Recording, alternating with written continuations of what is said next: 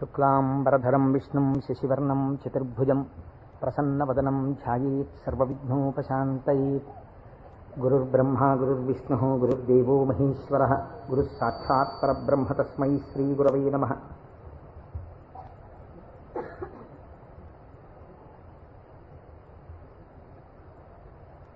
వ్యాసాయ విష్ణురూపాయ వ్యాసరూపాయ విష్ణవే నమో వై బ్రహ్మనిధయే వాసిష్ఠాయ నమో నమః. కూజంతం రామ రామేతి మధురం మధురాక్షరం ఆరుహ్య కవితాశాఖాం వందే వాల్మీకికోకిలం. శృతిస్మృతిపురాణానాం ఆలయం కరుణాలయం నమామి భగవత్పాదశంకరం లోకశంకరం. వాగర్ధావివ సంపృక్తౌ వాగర్ధప్రతిపత్తయే జగతః పితరౌ వందే పార్వతీపరమేశ్వరౌ. సూక్తిం సమగ్రయతున స్వయమేవ లక్ష్మీః శ్రీరంగరాజమహిషీమధురైకటాక్షైః. వైదగ్ధ్యవర్ణగుణగుంభనగౌరవైర్యాం కండూలకర్ణకుహరాः కవయోధయంతి. హైమోర్ధ్వపుండ్రమజహన్మకుటం సునాసం మందస్మితం మకరకుండలచారుగండం బింబాధరం బహుళదీర్ఘకృపాకటాక్షం. శ్రీవేంకటేశముఖమాత్మని సన్నిధత్తాం మనోజవం మరుతతుల్యవేగం జితేంద్రియం బుద్ధిమతాం వరిష్టం. వాతాత్మజం వనరయూధముఖ్యం శ్రీరామదూతం శిరసా నమామి. ఆపదామపహర్తారం దాతారం సర్వసంపదాం లోకాభిరామం శ్రీరామం భూయో భూయో నమామ్యహం. సింధూరారుణ విగ్రహాం త్రినయనాం మాణిక్యమౌళిస్ఫురత్తారానాయకశేఖరాం స్మితముఖీం ఆపీనవక్షోరుహాం. పాణిభ్యాం అడిపూర్ణరత్నచషకం రక్తోత్పలం బిభ్రతీం సౌమ్యాం రత్నఘటస్థరక్తచరణాం ధ్యాయేత్ పరేదంబికాం. హరి ఓం. పరమేశ్వర స్వరూపమైన సభకి నమస్కారం. ఇది ఉత్తరాయణ పుణ్యకాలం. దక్షిణాయనం పూర్తయి మనం ఉత్తరాయణంలోకి ప్రవేశించాం. ఈ ఉత్తరాయణ పుణ్యకాలంలో శివనామం ఒక్కసారి పలికిన వారు ఎవరైనా ఉన్నారా అని గమనిస్తారట. అంత మహోత్కృష్టమైన కాలం. విశేషించి అదృష్టం ఏమిటంటే మనం ప్రతిరోజు ప్రదోష వేళలో ఈ ఉపన్యాసాన్ని ప్రారంభం చేస్తాం. ప్రదోష వేళ పార్వతీ పరమేశ్వరుల యొక్క అర్ధనారీశ్వర స్వరూపంగా శాస్త్రం భావన చేస్తుంది. అంత పరమ పవిత్రమైనటువంటి అసుర సంధ్య వేళలో సాక్షాత్తుగా శంకరుడు వృషభవాహనారూఢుడై ఈ భూమండలం మీద తిరుగుతూ శ్రీశైల పర్వతం మీద ఒక్కసారి దిగుతారట. అందుకే సంధ్యారంభ విజృంభితం శృతిశిరస్థానాంతరాధిష్ఠితం సప్రేమ భ్రమరాభిరామమ సకృత్సద్వాసనాశోభితం భోగీంద్రాభరణం సమస్త సుమన పూజ్యం గుణావిష్కృతం సేవే శ్రీగిరి మల్లికార్జున మహాలింగం శివాలింగితం అంటారు. ఒక మద్ది చెట్టు నల్లుకున్నటువంటి మల్లెతీగని చూసినటువంటి శంకర భగవత్పాదులు పార్వతీదేవి చేత ఆలింగనము చేయబడిన పరమేశ్వర స్వరూపాన్ని శ్రీశైల పర్వత శిఖరముల మీద దర్శనం చేసినటువంటి మహోత్కృష్టమైన శ్లోకం అది. అటువంటి శివస్వరూపాన్ని మనం ప్రదోష వేళలో ప్రవచనంగా చేసుకునే ముందు శివపురాణం సామాన్యమైంది కాదు, చాలా పెద్ద గ్రంథం అది. అంత పెద్ద గ్రంథంలో మనకి ఉపయుక్తమైనవి ఉన్నాయి, చాలా జటిలమైనవి ఉన్నాయి. నిత్య జీవితంలో వాటిని అనుష్ఠానంలోకి తెచ్చుకోవడానికి అన్ని ఆశ్రమాలకి అలివి కానివి ఉన్నాయి. కనుక నేను అనుకున్నాను, శివాష్టోత్తర శతనామ స్తోత్రాన్ని ఉత్తరాయణ పుణ్యకాలం కనుక నేనేదో ప్రవచనం చేయడం కేవలం వినడం కాకుండా ప్రతిరోజు ఈ కార్డు పట్టుకుని వస్తే ప్రదోష వేళలో మనం ఇటువంటి దేవాలయంలో కూర్చుని చెప్పుకున్నటువంటి నామం 1,000,000 రెట్లు ఫలితం ఇస్తుంది. ఒక 30 రోజులో 40 రోజులో ఈ ప్రవచనాలు కొనసాగినప్పుడు మీరు ప్రతిరోజు ఈ నామాలు పలికారనుకోండి, 108 × 1,000,000 అంత నామం చేసినటువంటి ఫలితం మన ఖాతాలో ఈశ్వరుడు వేస్తాడు. దాని మీద వినడం శృణ్వం తపః, అది తపస్సు చేసినటువంటి ఫలితం అవుతుంది. ఉత్తరాయణ పుణ్యకాలంలో ఇంతకన్నా మనం చేసుకోగలిగినటువంటి మహద్భాగ్యం ఏముంటుంది? దీని మీద సుబ్రహ్మణ్యేశ్వర స్వామి వారికి ఇతపూర్వం నాకు తెలిసి కాకినాడ పట్టణంలో ఎన్నడూ జరగనంత అత్యద్భుతమైనటువంటి కార్యక్రమాన్ని మనం ఫిబ్రవరి 10, 11 తేదీలలో సుబ్రహ్మణ్యేశ్వర స్వామి వారి ఆవిర్భావము, తారకాసుర సంహారము, వల్లీ కళ్యాణము ఇవన్నీ శివపురాణాంతర్గతంగా వస్తాయి.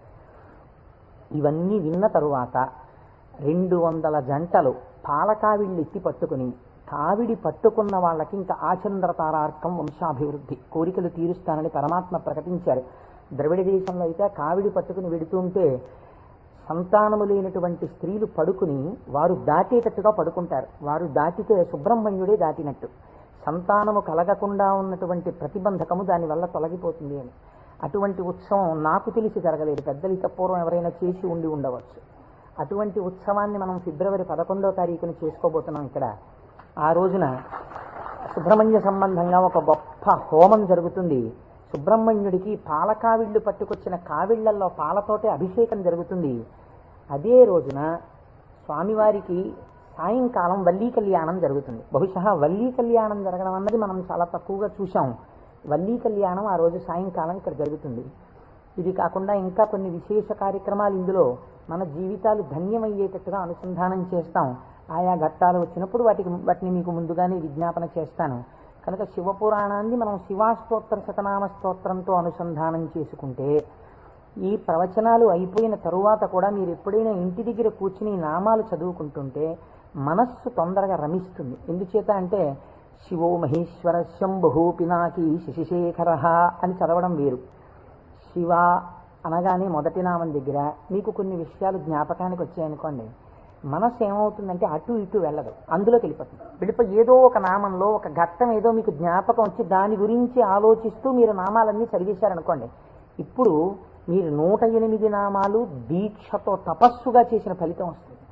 అది అర్థం తెలియకుండా చదువుతున్నారనుకోండి, మనస్సు చించలమై ఎక్కడికో వెళితే నామం చెప్పిన ఫలితం ఉంటుంది, కానీ మనస్సు లగ్నం కాదు.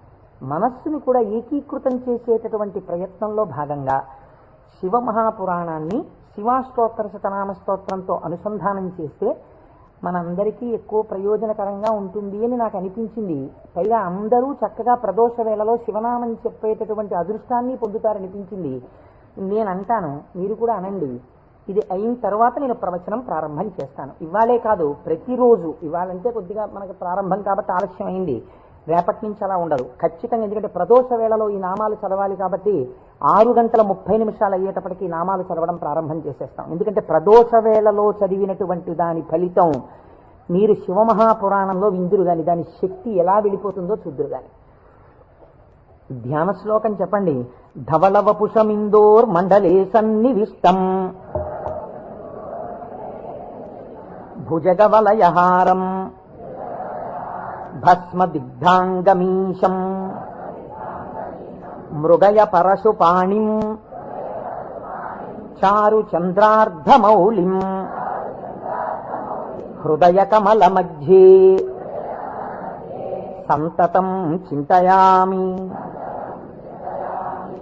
శివో మహేశ్వర శంభు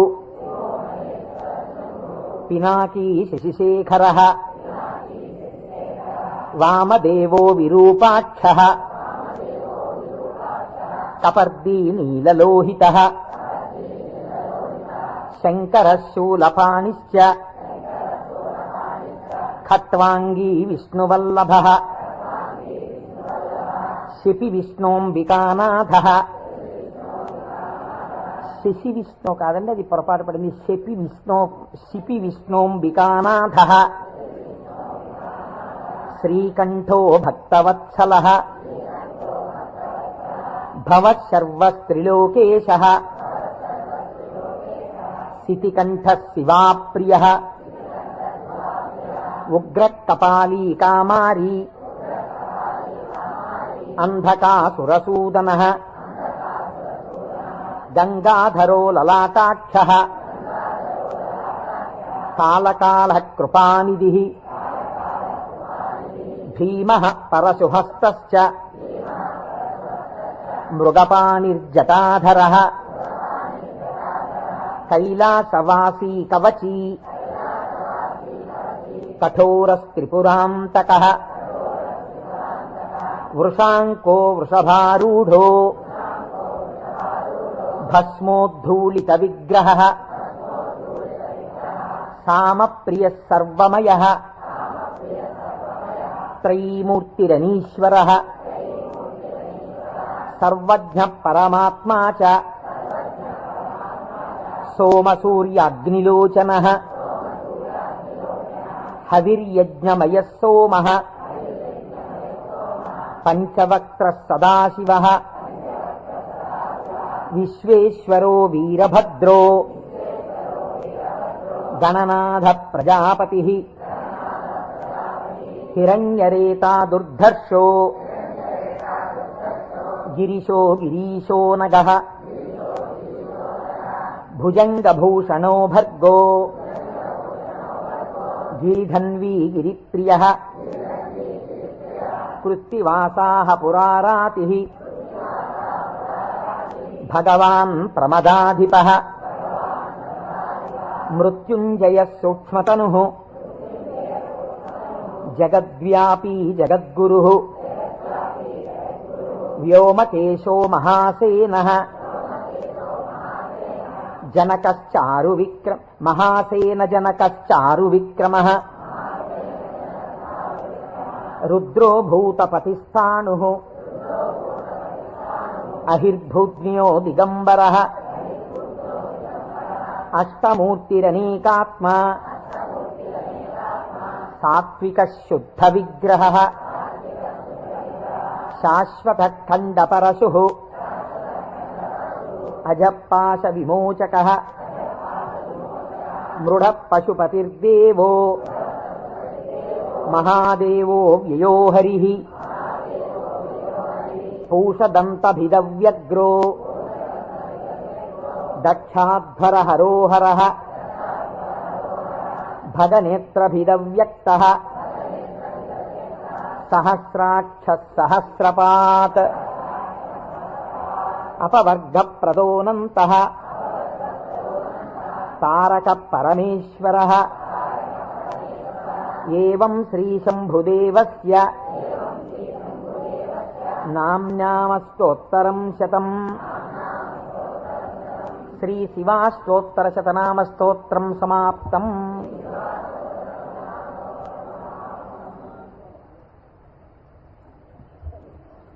హరి ఓం.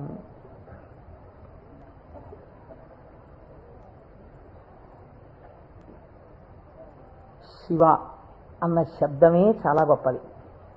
ఈ శివాష్టోత్తర శతనామ స్తోత్ర ప్రారంభం కూడా శివశబ్దంతో ప్రారంభమైంది. ఆ పురాణము కూడా శివ మహాపురాణము అని శివశబ్దంతో ప్రారంభమైంది. శివశబ్దాన్ని అమరకోశం వ్యాఖ్యానం చేసింది. అమరకోశం అంటే మనకి సాధికారికమైనటువంటి గ్రంథము. చిత్రం ఏమిటంటే దాన్ని రచించినటువంటి వారు జైనుడు.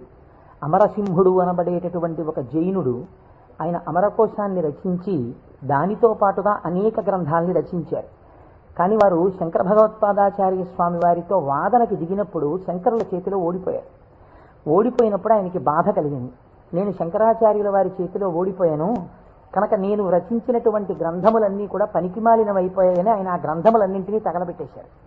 తగలబెట్టేసినప్పుడు శంకర భగవత్పాదాచార్య స్వామి వారికి తెలిసి, వారు బహుకారుణికులు, కారుణ్యమూర్తి శంకరులంటే, వారు గబగబా వచ్చి, ఎంత పని చేశావయ్యా, గ్రంథాలను ఎందుకు తగలబెట్టేశావు అని ఉన్న ఒకే ఒక గ్రంథం, మిగిలిపోయినటువంటి గ్రంథం అమరకోశం. అమరకోశానికి ఉన్నటువంటి గొప్పతనం ఏమిటంటే అది మన సనాతన ధర్మములకు సంబంధించినటువంటి నామముల విషయంలో ఏ పక్షపాతం లేకుండా చక్కగా శృతి ఎలా ప్రతిపాదించిందో, స్మృతులు పురాణములు ఎలా ప్రతిపాదించాయో తాత్వికమైనటువంటి విషయాల్ని, నామములకు అనేకమైన విషయములకు ఉండేటటువంటి అర్థాలని అలా ప్రతిపాదన చేశాడు అమరసింహుడు. దాన్ని అమరకోశము అని పిలుస్తారు. మనం ఏదైనా ఒక విషయాన్ని ప్రతిపాదన చేసే ముందు సాధారణంగా ఒక్కసారి అమరకోశాన్ని చూస్తూ ఉంటారు. శివశబ్దాన్ని అమరకోశం వ్యాఖ్యానం చేసింది. శివ అన్న మాటని ఏ విధంగా మనం అర్థం చేసుకోవలసి ఉంటుంది అంటే, అమరకోశంలో దాని గురించి అనేక రకాలైనటువంటి అర్థాలు చెప్పారు. అసలు ఈ అర్థం ఏమిటో మీకు తెలిస్తే తప్ప, లేదా నాకు తెలిస్తే తప్ప, మనం దాని గురించి కొద్దిగా అర్థం చేసుకునే ప్రయత్నం చేస్తే తప్ప అసలు శివ అనేటటువంటి నామానికి ఉన్న అర్థం తెలియదు. ఎందుకంటే శివ శివ అని రెండు శబ్దములు మనకి లోకంలో నానుడిలో ఉన్నాయి. శివ అంటే శంకరుడు, శివ అంటే పార్వతీదేవి, ఆయన యొక్క శక్తి స్వరూపం. శివ అంటే అమరకోశం అంటుంది శామ్యతి పరమానంద రూపత్వ నిర్వికారో భవతీతి శివ. నిర్వికారుడు అంటే మనకి వికారములు ఉంటాయి. నేను తరచూ మీకు ప్రస్తావన చేస్తుంటాను. ఈ జగత్తులో ఉన్నటువంటి సమస్త ప్రాణులకు, సమస్త జీవులకు 6 వికారములు ఉంటాయి. ఇవి షడ్వికారములు అంటారు. కాలములో ఏదైనా వచ్చిందనుకోండి, దానికి పుట్టినటువంటి తేదీ అని ఒకటి ఉంటుంది. పుట్టిన తేదీ అన్నది పడినది అంటే మీరు ఒకటి గుర్తుపెట్టుకోవాలి, అది షడ్వికారములకు లోనైపోతుంది. ఈ భావన మీ మనస్సులో బాగా రూఢమైందనుకోండి, బాగా పూనుకుందనుకోండి, అసలు సగానికి సగం లోకం పట్ల ఉండేటటువంటి తాదాత్మ్యత తగ్గిపోతుంది. ఇది కేవలం వినడానికి విన్నారనుకోండి, దీని వలన వచ్చేటటువంటి ప్రయోజనం తక్కువగా ఉంటుంది. ఇది బాగా లోపల జీర్ణమైందనుకోండి, మీకు అనేక విషయాలు అర్థం అవుతాయి. మీరు ఒక్కసారి గమనించండి, షడ్వికారములలో ఇక పూర్వం మీరు ఆ వస్తువుని చూడలేదు, కానీ ఆ వస్తువు, ఆ ప్రాణి, ఆ జీవుడు ఒకానొక కాలమునందు ఈ లోకములో పుట్టింది. కాబట్టి ఇప్పుడు దానికి జన్మము అన్న తేదీ ఒకటి వచ్చింది కాలంలో. సరే, కాలం అన్నది యథార్థమా అంటే బీజస్యాంతరివంకురో జగదిదం ప్రాంగ్ నిర్వికల్పం పునః మాయా కల్పిత దేశకాల కలనా వైచిత్ర చిత్రీకృతం అన్నారు శంకరాచార్యులు వారు. ఆ తత్వ పరిశీలనాన్ని పక్కన పెడితే ఒక జన్మ తేదీ ఉంది. ఈ జన్మ తేదీలో ఒక ప్రాణి కనపడగానే శాస్త్రం అంది 6 విషయాలు గుర్తుపెట్టుకో. ఇక పూర్వము లేనిది పుట్టినది. పుట్టినది మీరేమనాలి? ఎవరో పిల్లాడు పుట్టాడు, వాడు ఏడుస్తున్నాడు. పిల్లాడు ఉన్నాడండి. పుట్టిన పిల్లాడు ఏడవలేదు. అయ్యో ఏమిటి పిల్లాడు ఏడవట్లేదు అని కదిపి చూశారు. కదిపి చూస్తే డాక్టర్ గారు వచ్చారు, స్టెప్ పెట్టారు, ఊపిరి తీయట్లేదు, నల్లగా అయిపోయి ఉన్నాడు. అయ్యో అమ్మా, నీకు మృత శిశువు జన్మించాడు అన్నాడు. కాబట్టి పుట్టినది. అసలు రెండో వికారం ఉంటుంది, ఉన్నది భవతి అనగా ఈ లోకములోకి వచ్చినప్పుడు అది ఉన్నది. అసలు ఉన్నది అని మీరు అనాలంటే అక్కడే శివ శబ్దం ప్రారంభం, మంగళత్వం. ఉన్నది. ఉన్నది అలాగే ఉండాలా? అలా ఉండదు, పెరగాలి. పెరిగినది. పెరిగినది పెరుగుతూ వెళ్ళిపోతుందా? నేనున్నాను, ఎవరి మీదో ఎందుకు పెట్టి చెప్పాలి? కోటేశ్వరరావు అనబడేటటువంటి ఈ శరీరం ఒక డేటు, ఈ డేట్ చెప్తే ఏమవుతుందంటే అదో పుట్టినరోజు అనుకుని చాలా మంది పాపం ఇచ్చేసి చాలా అలవాటు చేస్తున్నారు. అందరూ భయం వేస్తుంది నాకు ఆ డేట్ చెప్పడానికి. ఏదో 14/7/1959కి ముందు ఈ శరీరం లేదు. 14/7/1959లో ఈ శరీరం వచ్చింది. కాబట్టి ఈ శరీరం వచ్చినది ఉన్నది, ఏడిచింది అమ్మ కడుపులోంచి వచ్చి. అలాగే ఉందా? మా అమ్మ కడుపులోంచి వచ్చినప్పుడు ఎలా ఉన్నానో అలా ఉన్నానా? పెరిగినది. అబ్బో, ఎంత ధ్వజస్తంభం అంత పెరిగిపోయింది ఈ శరీరం. పెరిగినది. ఇది ఇలా పెరుగుతూ ఉంటుందా? ఉండదు, తరిగినది.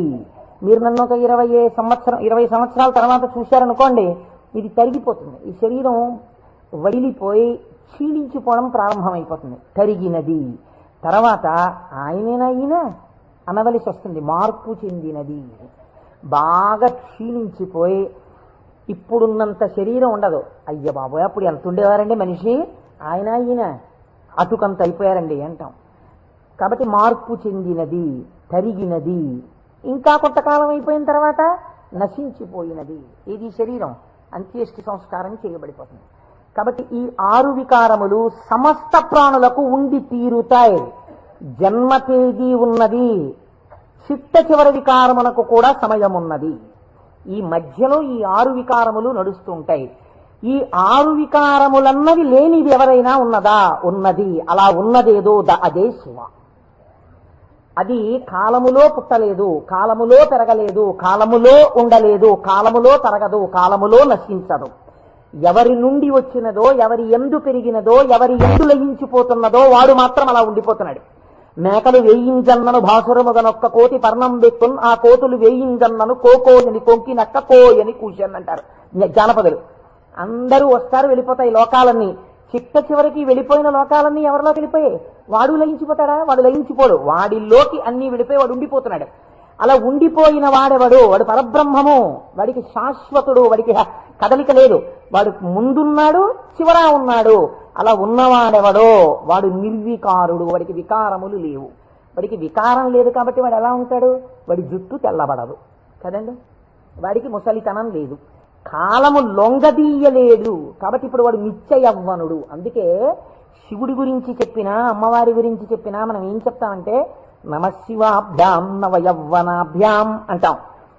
ఈ శ్లోకం మా ముత్తాత గారు చెప్పారు, అప్పుడు నవయవ్వనులే వాళ్ళు.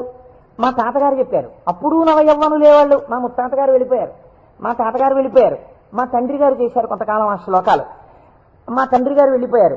ఇప్పుడు నేను చేస్తున్నాను. నేను చెప్పిన నమశివాభ్యాం నవయవ్వనాభ్యాం పరస్పరాశ్లిష్టవపుర్ధరాభ్యాం.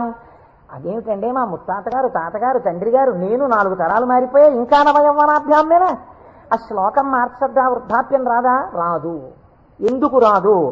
మీరు కాలమునకు వశులై కాలమునందు మార్పు మీకు వస్తుంది.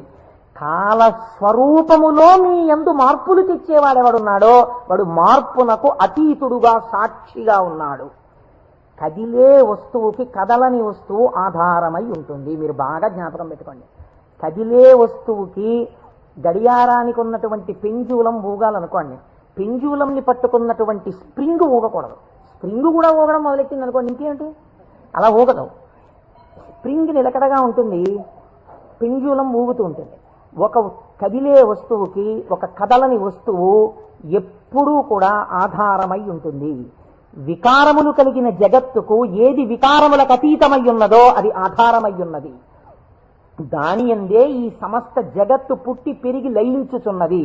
అటువంటిదేదో అది వికారాతీత స్థితి కలిగినటువంటి పరబ్రహ్మము. దానిని నువ్వు ఒక నామవాచకంతో పిలవాలనుకుంటే శివ అని పిలవవచ్చు. కాబట్టి ఇప్పుడు శివశబ్దం ఎవరిని చెప్తోంది? పరబ్రహ్మాన్ని చెప్తోంది. ఇప్పుడు ఆయన ఎలా ఉంటారు? నిర్వికారమై నిరంజనమై. ఇదే కదండి శివకవచం మాట్లాడుతుంది. పూర్వభాగంలో ఆయన యొక్క స్థితిని ఆయన ఎలా నిర్వికారుడై ఉంటాడో చెప్తుంది. ఇటువంటి పరమాత్మ స్వరూపం మీ కన్నులకు కనపడుతుందా? వికారము పొందుతున్న జగత్తు మీకు కనపడుతుంది, కానీ వికారములు పొందుతున్నటువంటి జగత్తుకి తను ఆధారముగా ఉన్నవాడు మీకు కనపడతాడా? కనపడడు. ఈయనకి ఒక రూపం తీసుకొచ్చి చూస్తే ఎలా ఉంటాడు అంటే, అమరకోశంలో ఎంత అందంగా మాట్లాడాడో చూడండి. అమరసింహుడు పరమానంద రూపత్వ, ఆయన పరమానందమును పొందుతూ ఉంటాడు. ఎందుకని? మన అందరికీ సుఖ దుఃఖాలని ద్వంద్వాలుంటాయి, ఎప్పుడూ ఆనందంతో ఉండం. ఆయనకి వికారాలు ఏమీ లేవు, అందుకని ఆయన ఎప్పుడూ పరమానందంతో ఉంటాడు. ఎక్కడుంది పరమానందం? బయట ఉన్న వస్తువుల వల్ల ఆనందం కాదు, లోపలే ఉంది ఆనందం. ఆ ఆనందంతో తన్మయాన్ని పొందుతూ ఉంటాడు. అది నోటితో చెప్పడం కుదరదు. ఇప్పుడు ఎలా చెప్పాలి అంటే, పద్మాసనం వేసుకుని చేతులు రెండు ఇలా పెట్టుకుని కన్నులు ఇలా అరమోట్పు కన్నులతో ఉండి తనలో తాను రమిస్తూ కనపడుతుంటాడు. శంకరుడి యొక్క ఫోటో మీరు చూశారనుకోండి, చూస్తే ఆయన అరమోట్పు కన్నులతో కూర్చుని సంతోషంతో ఆనందంతో ఉన్నట్టుంటాడు. ఇందులో ఇంకా లోకరక్షణ హేతువుగా అభయముద్ర పట్టినట్టుగా ఉంది. ఆయన అరమోట్పు కన్నులతో ఆనందంతో రమించిపోతున్నట్టుగా ఉంటుంది శివస్వరూపం. అంటే ఘనీభవించినటువంటి ఆనంద స్వరూపమే పరమాత్మ యొక్క స్వరూపం. పరమాత్మ నిత్యానందము ఏది ఉన్నదో దాన్ని రాశీభూతం చేస్తే అదే శివ. కాబట్టి ఇప్పుడు పరమాత్మ యొక్క స్వరూపమేమి? ఆనంద ఘనమే పరమాత్మ. కాబట్టి ఇప్పుడు ఆయన అన్ని వికారములకు అతీతుడై తనలో తాను రమించిపోతూ ఆనందపడిపోతూ ఉండేవాడెవరో, కదలిక ఉండదు ఇంకా మనస్సులో, అన్ని అరికట్టి లోపల ఉన్నటువంటి ఆనందంతో తాను కలిసిపోయి తానే చిదానంద రూపుడై ఉంటాడు. దీనికి మీకు పోలిక చెప్పాలంటే ఒక్కటి కుదురుతుంది. మనం కదులుతున్నటువంటి తరంగములు కలిగిన సరోవరాలం. మీరు చూడండి, అందుకే నిద్ర లేవగానే ఏది ప్రారంభం అవుతుంది పనిచేయదు మీకు. ప్రారంభంలో నిద్ర లేచారు అనగానే, నిద్ర లేవడం అంటే ఏమిటో తెలుసా అండి? శరీరం లేవడం కాదు. ముందు ఏది లేస్తుందో తెలుసా? పరమాత్మతో రమిస్తున్నటువంటి మనస్సు విడివడుతుంది. విడివడి అది సంకల్ప వికల్ప సంఘాతం. అది వెంటనే ఒక ఆలోచన మొదలెడుతుంది. మొదట ఆలోచన ఏమిటి? తెల్లవారిపోయింది. ఈ తెల్లవారిపోయిందన్న మొట్టమొదటి ఆలోచన అది చెయ్యగానే నిర్మలంగా ఉన్నటువంటి నీళ్ళ దగ్గరికి వెళ్ళి మీరు ఒక చిన్న రాయి తీసుకుని ఇలా వేశారనుకోండి, అదేం చేస్తుందంటే ఇలా ఒక తరంగం కదులుతుంది. కదిలి అలా వెడుతుంది. ఇది ఒక్కటే వెళ్ళదు, ఇది వెడుతూ ఇంకో తరంగాన్ని తయారు చేస్తుంది, ఇంకో తరంగాన్ని తయారు చేస్తుంది. అలా కదులుతూ తరంగాలుగా ఒక కదలిక రాగానే ఇంకో కదలిక వస్తుంది. తెల్లవారిపోయింది, ఇవాళే నువ్వు శివమహాపురాణం మొదలెట్టాలి, ఇవాళే నువ్వు ఫలానా వాళ్ళ ఇంటికి వెళ్ళి ఒక్కసారి ఆశీర్వచనం చెయ్యాలి, చూసావా తెల్లవారిపోతుంది గబగబా సంధ్యావందనం చెయ్యాలి. ఒకదాని వెనక ఒకటి సంకల్పాలు వచ్చేస్తాయి. ఇవి సుఖములకు దుఃఖములకు కూడా హేతువులు అవుతుంటాయి. ఈ సంకల్పాతీతుడై సంకల్పములు దేనిలోంచి పుడుతున్నాయో అది తానై నిరంజన స్వరూపమై ఆనంద ఘనమై కూర్చున్నవాడెవరో వాడు పరమాత్మ, వాడు శంకరుడు. కాబట్టి శివుడు ఆయన ఇక్కడే సమస్తాన్ని చూస్తుంటాడు. అటువంటి ఆనంద ఘనమునకు శివ అని పేరు. ఇప్పుడు దీనివల్ల మీకేం తెలుస్తోంది? మనుష్య జన్మ యొక్క చిట్ట చివరి ప్రయోజనం ఏమి? ఆ ఆనందము మీరే అగుక. అటువంటి ఆనంద స్వరూపులుగా మీరు మారడమే మనుష్య జన్మ యొక్క ప్రయోజనం. దానికే మోక్షము అని పేరు. కాబట్టి ఇప్పుడు అటువంటి మోక్షస్థితిని పొందాలనుకున్న వాళ్ళకి ఎవరు ఆరాధ్య దైవము? శివుడే. కాబట్టి శివయోకోధ్యేయ శివంకర. కాబట్టి ఏమండి మీరు చెప్పింది బాగుంది, కానీ మేము గృహస్థాశ్రమంలో ఉన్నాం కదా, మాకు భార్య బిడ్డలు ఉన్నారు కదా, మాకు సంకల్పాలు ఏవి వద్దు అని మేమందరం కూడా ఇలా ముక్కు మూసుకుని లేచిన దగ్గర నుంచి ఏదో సంధ్యావందనం చేసుకుని ఒక పూజా మందిరంలో ఇలా కూర్చుండిపోతే, మనస్సుని అంతర్ముఖం చేసే ప్రయత్నం చేస్తూ ఏదో లోపల ఉన్నటువంటి ఆ వస్తువుని కనిపెట్టే ప్రయత్నం చేస్తూ మేము ఉండిపోతే నా భార్య పరిస్థితి ఏమిటి, నా పిల్లల పరిస్థితి ఏమిటి? అసలు మరి గృహస్థాశ్రమంలో ఉండి కొన్ని కోరికలంటూ ఉంటాయి కదా, మరి తప్పదు కదా. అప్పుడు ఈ స్వరూపాన్ని పట్టుకుంటే ఉపయోగమే ఉండదా? ఆయన ఇంకేమీ అలా కోరికలు తీర్చడాలు అలా ఏమి ఉండవా? కేవలం ఆనందం మోక్షం ఇంటి అనే పరిస్థితి కాదు. కాదు అమరకోశం అంది వెంటనే మళ్ళీ చేరతే సజ్జన మనాం స్మస్మిన్నితిగా, ఈయన యందు సజ్జనుల యొక్క మనస్సు రమించుచుండును. ఈ మాటని మీరు చాలా గట్టిగా పట్టుకోవాల్సి ఉంటుంది. మీకు చూడండి, నేను ఇంతకన్నా మీకు ఉదాహరణ చెప్పడానికి సాధ్యం కాదు. ఇంకా వంటింట్లో ఒక పంపు ఉంటుంది, బాత్రూంలో ఓ పంపు ఉంటుంది, వరండాలో ఒక పంపు ఉంటుంది వాష్ బేసిన్ దగ్గర. మీకు ఇంకా అవసరం అనుకున్నారనుకోండి, ఏదో మీరు భోజనాలు చేసే గదిలో చేతులు కడుక్కోవడానికి ఒక పంపు ఉంటుంది. ఇన్ని పంపుల్లోనూ మీకు ఏకకాలమునందు ఎక్కడ విప్పినా నీళ్లు రావాలనుకోండి, ఏది నింపాలి? ఏ పంపు కొట్టంలో నీళ్లు పోస్తారా? ఓవర్ హెడ్ వాటర్ ట్యాంక్లో నీళ్లు పోస్తారు. ఓవర్ హెడ్ వాటర్ ట్యాంక్లో నీళ్లు పోస్తే అన్ని పంపుల్లోనూ నీళ్లు వచ్చినట్టు శివస్వరూపాన్ని పట్టుకుంటే అది ఏ రూపంగా, ఏ రకంగా, ఏ విభూతితో, ఏ లక్షణంతో, ఏ గుణంగా మీ మనస్సు ఇష్టపడిన ఏ విధానంగా ఒక్కదాన్ని మీరు పట్టుకుని రమించిపోవడం ప్రారంభించినా అది మీకు కావలసిన సమస్తాన్ని ఇస్తుంది. అలా ఇవ్వగలదు. దానికి ఆ శక్తి ఉన్నది. అది మిమ్మల్ని కాపాడుకుని వస్తుంది. మీరు చూడండి, గొడుగు ఒక్కటి ఇలా పట్టుకున్నారండి, ఇలా గొడుగు పట్టుకుని వెళ్ళిపోతున్నారు. ఇలా గొడుగు పట్టుకు వెళ్ళిపోతుంటే బయట మంచి ఎండ కాసింది. ఇప్పుడు ఆ గొడుగు మిమ్మల్ని రక్షిస్తుందా, రక్షించదా? రక్షిస్తుంది. మీరు వెళ్ళిపోతుండగా మంచి మబ్బు పట్టి వాన ప్రారంభమైంది. గొడుగు రక్షిస్తుందా, రక్షించదా? రక్షిస్తుంది. వాన తగ్గిపోతోంది, ఇంకా కొద్దిగా ఎండ వస్తే బయలుదేరదాం అనుకుని మీరు చెట్టు కింద నించున్నారు. ఒక పక్షి పైనుంచి రెట్ట వేసింది. మీ మీద పడకుండా గొడుగు రక్షిస్తుందా, రక్షించదా? రక్షిస్తుంది. ఒక గొడుగు మీకు శీతలము నుండి, ఉష్ణము నుండి, జలధార నుండి, పక్షి రెట్ట నుండి, ఇన్నిటి నుంచి కాపాడినప్పుడు పరమాత్మని పట్టుకున్న వాడి కోరికలు కూడా అన్ని భంగులా తీరుతాయి. మీకు ఏది కావాలో అది వాడు ఇవ్వగలడని మీరు ఎలా అనుకోవట్లేదు? అచేతనమైన ఒక గొడుగు మీకు ఇన్నింటిని ఇవ్వగలిగినప్పుడు మీరు పట్టుకున్న పరమాత్మ మీకు ఏది అవసరమో అది మీకు ఇవ్వడని మీరు ఎలా అనుకుంటున్నారు? మీకు ఏది కావాలో మీరు అడగక్కర్లేకుండా మీకు తీరుస్తాడు. అది గొప్ప. మీరు శాస్త్రంలో ఒక మర్యాద తెలుసుకోవాలి. మీరు అడిగితే ఇచ్చినవాడు గొప్పవాడు కాదండి. మీరు వెళ్ళి అడిగారనుకోండి, వెంటనే మీరు జీవితంలో చాలా దిగజారిపోయిన వ్యక్తులైపోతుంది.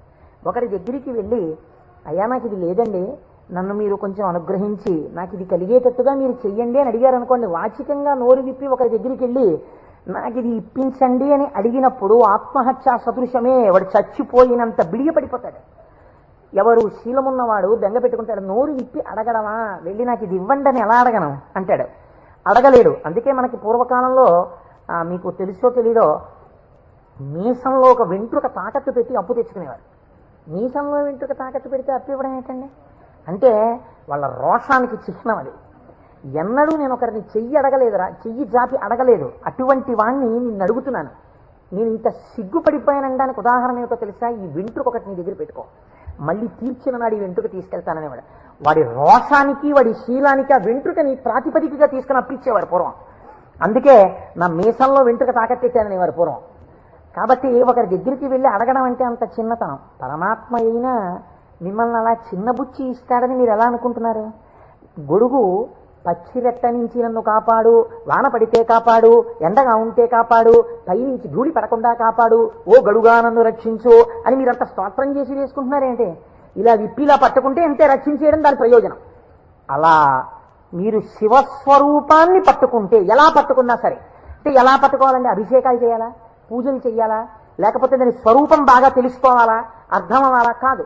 మీ మనస్సు ఏదో ఒక విషయంలో రమించింది అంతే, అది చాలు. మిమ్మల్ని మీకు రక్షణ కల్పించడానికి అది హేతు అవుతుంది. మీకు నేను ఒక ఉదాహరణ చెప్తాను. మీరు దాని వలన దీని వ్యాఖ్యానాన్ని బాగా పట్టుకోగలుగుతారు. నాయనార్లని మళ్ళీ నేను ఏదో లౌకికమైన ఉదాహరణ ఎందుకు తేవాలి, మనకి 63 నాయనార్లు ఉన్నారు. అంటే శివుని యొక్క అనుగ్రహము చేత తరించిపోయిన మహాపురుషులు. ఆ 63 నాయనార్లో గుగ్గుల కలయ నాయనార్ అని ఒక ఆయనకి ముందు అసలు గుగ్గుల అన్న పేరు కలపలేదు. కలయ నాయనార్ ఆయన పేరు. అమృతఘటేశ్వరుడు ఉన్న క్షేత్రంలో పుట్టారు ఆయన పేరు కలయ. అందుకని ఈయన పేరు కూడా కలయ అని పిలుస్తూ ఉండేవారు. ఈ కలయ నాయనారికి ఒక లక్షణం ఉండేది. ఆయన చేసే పూజ ఏమిటో తెలుసా అండి? ఆయన ఎప్పుడు భగవంతుడి దగ్గర కూర్చొని అనుకునేవాడు, సుగంధిం పుష్టివర్ధనం అంటారు కదా, త్రయంబకం అని పిలుస్తారు కదా, 3 కన్నులు ఉంటాయి కదా, ఆయన వస్తుంటే సువాసనలు వస్తాయి కదా. ఆనాడు మార్కండేయుడు శివలింగాన్ని గట్టిగా కౌగిలించుకుని చంద్రశేఖర చంద్రశేఖర చంద్రశేఖర పాహిమాం అని అంటుండగా యమధర్మరాజుని శిక్షించి మార్కండేయుడిని రక్షించడానికి శివలింగంలోంచి ఆవిర్భవించాడు కదా.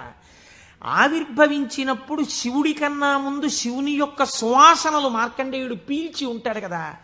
శివుడు వచ్చేశాడని పొంగిపోయి ఉంటాడు కదా. ఎంతకీ రానిటువంటి రైలు వచ్చేస్తోందని అనౌన్స్ చేసినప్పుడు ఎంత ఆనందం పొందేస్తామో, ముందు అనౌన్స్మెంటు తర్వాత రైలు ఇంజను కనపడగానే పొంగిపోయినట్టు సుగంధిం ఆ సువాసనలు వస్తుంటే ఎంత పొంగిపోయి ఉంటాడు కదా మార్కండేయుడు. నా పూనిక ఫలించింది, వచ్చేశాడు పరమాత్మ, అదిగో శంకరుడు, అదిగో సుగంధిం సువాసనలు వచ్చాయి అని ఆ చంద్రశేఖర చంద్రశేఖర అన్నది ఒక్కసారి ఆపేసి ఏడి శివుడిని ఆ సువాసనల వంకి ఇలా చూస్తూ నిలబడిపోయి ఉంటాడు కదా. కాబట్టి శివుడి యొక్క సువాసన అలా ఉంటుంది కదా అని పొంగిపోతూ నేను అలాంటి వాసన పీలుద్దామని ఆయన మహాైశ్వర్యవంతుడు కలయనాయనార్. రోజు ఇంత గుగ్గిలం పట్టుకొచ్చి ఆ గుగ్గిలం వెలిగించి గుగ్గిలం ధూపం వేసేవాడు. ఆ ధూపం అంతా పూజ గదంతా నిండిపోతే అందులో కూర్చుని మార్కండేయుడు ఇలాగే వాసన పీల్చి ఉండి ఉంటాడు. ఆనాడు అర్జునుడు గబగబా వెళ్ళి తన గాంధీవం ఎత్తి కొడుతున్నప్పుడు శివుడి దగ్గరికి వెళ్ళినప్పుడు వాసనలు ఇలాగే వచ్చి ఉంటాయి అని ఆ వాసనలు పీలుస్తూ కళ్ళు మూసేసుకుని ఇవే శంకరుడి శరీరంలోంచి వస్తున్న వాసనలు, ఇక్కడే శివుడున్నాడని రోమాంచితం అయిపోయి పరవశించిపోతూ సమాధి స్థితిలోకి వెళ్ళిపోయేలా ఉండిపోతుండేవాడు ఆయన. మీరు చూడండి, భగవంతుణ్ణి పట్టుకోవాలనుకున్నవాడు ఏమంటే మాకు పూజ కుదరట్లేదండి, మాకు ఈ స్తోత్రం రావట్లేదండి అంటాం మనం. మన బతుకంతా ఎక్కడ ఆగిపోతుందంటే దీపంలో 2 ఒత్తులు వేయాలా, 1 ఒత్తి వేయాలా.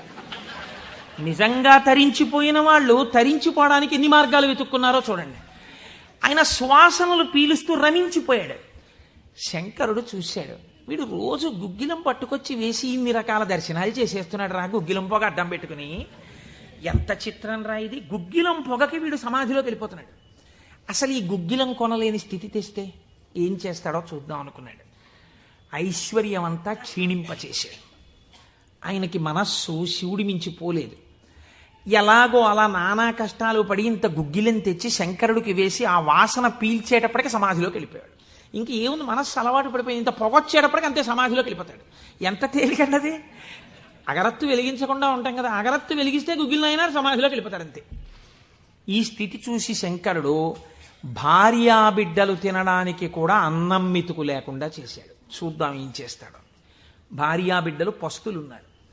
అన్నమో రామచంద్ర అని ఆ భార్య మహాపతివ్రత. ఆవిడ తన మెడలో ఉన్నటువంటి మంగళసూత్రాన్ని తీసి నాయనారికిచ్చి, అయ్యా మీరిది పట్టుకెళ్ళి వెలకట్టి అమ్మించి డబ్బు పట్టుకుని రండి, దాంతో మనం కొన్నాళ్ళు భోజనం చేద్దామని. తప్పకుండా తీసుకొస్తానని ఆ మంగళసూత్రాలు చేతిలో పట్టుకుని శివ శివ శివ శివ అని సంతోషపడిపోతూ వెళ్ళిపోతున్నాడు. శంకరుడు ఒక పెద్ద బండిలో గుగ్గిలం బస్తాలు వేసుకుని ఎదురొచ్చాడు. మళ్ళీ దొరకవుట గుగ్గిలం, అందుకని చెప్పి బస్తాలు కొనుక్కెడుతున్నాను, ఎవరైనా కావాలంటే కొనుక్కోండి అని అరిచాడు. అమ్మ బాబోయ్, గుగ్గిలం దొరకదటని చెప్పి ఈయన గబగబా మంగళసూత్రాలు ఇచ్చేసి గుగ్గిలం బస్తాలు కొనేశాడు.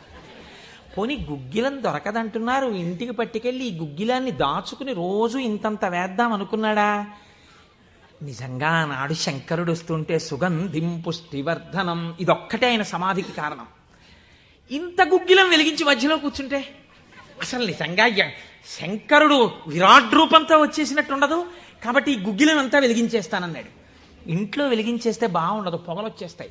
ఓ గుళ్ళోకి పట్టుకెళ్ళి వెలిగించేస్తే బాగుంటుందని ఈ గుగ్గిలం అంతా వేసుకుని ఓ గుడికి పట్టుకెళ్ళి ఈ గుగ్గిలం అంతా వెలిగించేసి దాని మధ్యలో కూర్చొని సమాధిని పొందేసి కడుపులో ప్రేగులు నకనకలాడిపోతున్నాయి, తెలియదు. ఆకలి తెలియదు. శరీరం నీరస పడిపోయింది. శరీరం అంతా నొప్పులు పెట్టేస్తోంది, తెలియదు. ఇంట్లో భార్య బిడ్డలు శోషించి పడిపోయే స్థితి వచ్చింది, తెలియదు. ఆ పొగ మధ్యలో సమాధి స్థితిని పొందాడు. ఇప్పుడు నా భాషలో చెప్పాలంటే భగవంతుడు ఓడిపోయాడు. పరీక్ష పెట్టగలడా? ఇహ ఏం పరీక్ష పెడతాడు? కాబట్టి ఇహ చూడలేకపోయాడు ఆయన. అమ్మ బాబోయ్, ఇదెక్కడ భక్తి రాని గబగబా కుబేరుణ్ణి పిలిచాడు. కుబేరా, ఇలా నా పక్కన ఎన్నాళ్ళు నించుంటావు? నాకేం అవసరం లేదు. అడిగో మహానుభావుడు చూసావా, గుగ్గిలం పొగ మధ్యలో కూర్చున్నాడు, పెళ్ళం మంగళసూత్రాలు అమ్మేసి. వెంటనే వెళ్ళి ఆయన ఇంటిని బ్రహ్మాండమైనటువంటి అంతఃపురంగా మార్చేయి. భార్యకి బిడ్డలకి భూమండలంలో లేనంత ఐశ్వర్యాన్ని ఇచ్చేయి. ముందు ఉత్తర క్షణం వాళ్ళకి షడ్రశోపేతమైన భోజనం పెట్టు అనేటప్పటికి వాళ్ళ ఇల్లు మారిపోయింది. షడ్రశోపేతమైన భోజనం వచ్చింది. అయ్యో భర్త గారు ఎక్కడికి వెళ్ళారో అనుకుంటోంది ఆవిడ. అశరీరవాణి వినపడింది. అమ్మా, నీ భర్త భక్తి ముందు లొంగిపోయాడమ్మా. శంకరుడు మహదైశ్వర్యం ఇచ్చేశాడు నీకు. ఆయనో అన్నం తిందామన్న ఆలోచన లేదు, ఆ గుగ్గిలం పొగలో కూర్చునున్నాడు. ఇలాగా కూర్చునుంటే ఇప్పుడు ఎవరు మాట్లాడాలి? ఒరే నాన్న అన్నం తినరా అని. అమ్మా నాన్నగారు కోరుకున్న కోరికోటి ఉంది, నువ్వు ఎలా అయినా డాక్టర్ అయిపో. ఇంజక్షన్ చేసేశారు ఆ పిల్లకి. 3 ఏళ్ళు అయిపోయినా, 4 ఏళ్ళు అయిపోయినా, 21 ఏళ్ళు వచ్చేసినా, ఇప్పుడు నేను ఎంబీబీఎస్ చదివితే రేపు పెళ్లి కొడుకు దొరుకుతాడా అని కూడా చూసుకోకుండా తల్లిదండ్రుల కోరిక తీర్చడం కోసమని వ్యగ్రతతో చదివేసిన పిల్లలా ఇప్పుడు ఆ తల్లిదండ్రులే వచ్చి ఉసే అన్నం తినవే, అలా చదవకే ఆరోగ్యం పాడైపోతుంది అన్నట్టు ఎవడు పరీక్ష పెట్టాడో వాడే దిగొచ్చాడు. దిగొచ్చి ఎవడు? ఆ త్రయంబకం నిజంగా సువాసనలు వచ్చాయి. వచ్చి ఆనాడు మార్కండేయుడు బాహ్య స్మృతిని పొందాడు, ఈయన పొందలేదు. పొందకుండా కూర్చున్నాడు. ఇప్పుడు ఆ పరబ్రహ్మం ముట్టుకోవలసి వచ్చింది. ఇలాగా ముట్టుకుని కదిపాడు. ఓయ్ కలయా కలయా అని పిలిచాడు. పిలిస్తే ఆయన గభాలన బాహ్య స్మృతిని పొంది అబ్బా శంకరుడు వచ్చేసాడన్నాడు. నిజంగా కనపడితే ఇలా అరుపులు కేకలు ఉండవు. కందులంబట నీరు కారిపోతూ ఆ స్వామి పాదాల మీద పడిపోయి ఏ సుగంధిం పుష్టివర్ధనం అన్నాడు. ఆ సువాసన పీలుస్తూ అలా పడిపోయి ఉండిపోయాడు. శంకరుడు భుజాలు పట్టుకుని లేపి, ఒరే నాన్న, నువ్వు ఇంటికి వెళ్ళింత అన్నం తినరా, నా కడుపు నిండుతుంది, తొందరగా బయలుదేరరా నాయన, ఇక్కడ ఎన్ని నైవేద్యాలు పెట్టినా నాకు వంట పట్టట్లేదురా, నువ్వు ఇలా పడిపోతే తొందరగా వెళ్ళరా బాబు, నీకు ఎక్కడ లేని ఐశ్వర్యం ఇచ్చేశాను, కావలసినంత గుగ్గిలం వేసే, ముందు వెళ్ళి అన్నం తినన్నాడు. అప్పుడు ఆయన ఇంటికి వెళ్ళాడు. ఇంటికెళ్ళి షడ్రశోపేతమైనటువంటి భోజనాన్ని నాయనార్ స్వీకరించాడు. దీన్ని గుగ్గిల నాయనార్ అంటారు పెరియ పురాణంలో. ఎందుకంటే శివపురాణం చెప్పుకుంటూ నాయనార్ల చరిత్రని అనుసంధానం చేసి ఉత్తరాయణ పుణ్యకాలంలో నాయనార్ల గురించి వింటే పార్వతీ సహితుడైనటువంటి ఆ పరమశివుడు పొంగిపోయి పరవశించిపోతాడు. అందుకే లౌకికమైన ఉదాహరణలు మానేసి అవసరమైన చోట నాయనార్ల చరిత్రలే కలిపేద్దాం. ఇలా 63 మంది నాయనార్ల గురించి నేను చెప్పగలిగితే నా జన్మధన్యం అయిపోతుంది అని ఒక నాయనార్ని కలిపాను ఇవాళ. కనుక ఒకనాడు ఒక విచిత్రం జరిగింది. భక్తి అంటే ఎంత చిత్రంగా ఉంటుందో చూడండి. ఈ గుగ్గిల నాయనార్ జీవితంలోనే ఆ పక్కనే ఉన్నటువంటి రాజ్యంలో ఒక శివలింగం ఒకటి ఉంది. ఆ శివలింగం మొన్నను మేము కంచి వెళ్ళాం. ఆ కంచి వెళ్ళినప్పుడు శివలింగం ఇలా ఉంటుంది, గొట్టంలాగా కింద వెడల్పుగా ఉంటుంది, పైకి వెళ్ళే కొద్దీ సన్నగా ఉంటుంది. అటువంటి శివలింగం ఒకటి బాగా ఎత్తుగా ఉన్నటువంటి పీఠం మీద ఉంది. ఒక చిన్న పిల్ల ఆ శివలింగం దగ్గరికి వెళ్ళింది. అరమరిక తెలియని పిల్ల. ఆ పిల్ల వెళ్ళి చేతిలో ఒక తుమ్మి పువ్వు పట్టుకుని వెయ్యాలనుకుంది. ఆ పీఠం పట్టుకుంది, ఎగిరింది, ఎక్కింది, అందలేదు. ఆ పిల్ల ఏడుపు మొదలెట్టింది. ఏడుపు మొదలెట్టి శివా శివా నువ్వు నాకు అందట్లేదు, పువ్వు ఎలా వేయనంది. శంకరుడు ఆ భక్తికి పరవశించిపోయాడు. ఇది భగవంతుడు దేనికి కట్టుబడతాడు? ఆ భక్తికి కట్టుబడతాడు. వెంటనే ఇలా ఉన్న శివలింగం ఇలా వంగిపోతే ఆ పిల్లకేం తెలుసు? శివలింగం వంగిపోయింది నా కోసం అనేది. చిన్నపిల్ల పొంగిపోయి తప్పట్లు కొట్టేసి కాసేపు ఆడేసి 2 పువ్వులు వేసేసి వెళ్ళిపోయింది ఆ పిల్ల. మరునాడు యథాలాపంగా అనేక శివలింగాలు ఉంటుంటాయి కదా గుళ్ళో. ఈ శివలింగం వంగడంలో లోపలున్న శివలింగం కూడా వంగిపోయింది. అర్చక స్వామి చూసి భయపడిపోయాడు. ఇదేంటి శివలింగం ఇలా వంగిపోయిందని. మహారాజుకు తెలిసింది. ఇది ఏదో అరిష్టం జరుగుతుంది, శివలింగం వంగింది ఏమిటని భయపడ్డారు. ఈ శివలింగానికి వంపు దిద్దిలా పైకి తీయాలి. వాళ్ళకి ఉన్న తెలివితేటలు ఏమిటంటే ఈ వంగిపోయినటువంటి శివలింగానికి పెద్ద పెద్ద ఇనప గొలుసులేసి ఏనుగులకు కట్టి లాగించారు. ఇన్ని ఏనుగులు ఇనపగొలు, ఇవన్నీ నేను పుక్కిట పురాణాలు నా సొంతంగా చెప్తున్నాను అనుకుంటున్నారా? ఈ దేవాలయాలు ఉన్నాయి ఇప్పటికీ. నా జీవితంలో ఈశ్వరుడు అనుగ్రహిస్తే ఎప్పటికైనా ఈ 63 నాయనార్ల శివాలయాలు దర్శనం చేయాలని నా కోరిక. ఈ వంగిపోయిన శివలింగాన్ని ఇనప గొలుసులో పెట్టి ఏనుగులు లాగుతుంటే గొలుసులు తెగిపోయాయి, శివలింగం వంపు దిద్దబడలేదు. ఇది ఎవరో గుగ్గిల్ నాయనారికి చెప్పారు. శివలింగం వంగిందిట, ఇనప గొలుసులేసి లాగుతున్నారట, లాగుతుంటే గొలుసులు తెగిపోతున్నాయిట. ఆయన ఎంత బాధపడిపోయి కింద పడి ఏడిచి దొల్లేశాడు. శంకరా, మీ కంఠానికి ఇనప గొలుసులేసి ఏనుగులతో లాగారా? ఎంత ఒరిసిపోయిందో ఆ కంఠం అని. అంతే, విన్న చోటు నుంచే పరిగెత్తి పారిపోయాడు పక్క రాజ్యానికి. పారిపోయి గుళ్ళోకి వెళ్ళి అన్నం లేదు, నీళ్లు లేవు, ఒగరుస్తూ ఒంటి నిండా చెమటలు పట్టుకుని, ఈశ్వరా, మీకు జరిగినటువంటి అపరాధం నా శరీరమునకు పొందేటటువంటి ఖేదంతో పోవాలని మీ వంపు దిద్దడం కాదు, మీ వంపు దిద్దడానికి మీకు ఇనప గొలుసు లేచి లాగినప్పుడు మీ కంఠం నొక్కుకుని ఉంటుంది, ఆ శిక్ష నేను అనుభవిస్తానని ఒక గొలుసు, తన మెడలో ఉన్నటువంటి గొలుసుని శివలింగపు వంపుకేసి గట్టిగా లాగాడు, తన కంఠం ఒరిసిపోయి తెగాలని. తన కంఠం తెగలేదు, శివలింగం వంపు ఇలా పైకి లేచిపోయింది. ఆ వంపు దిద్దినటువంటి వాడు గుగ్గిల నాయనారు.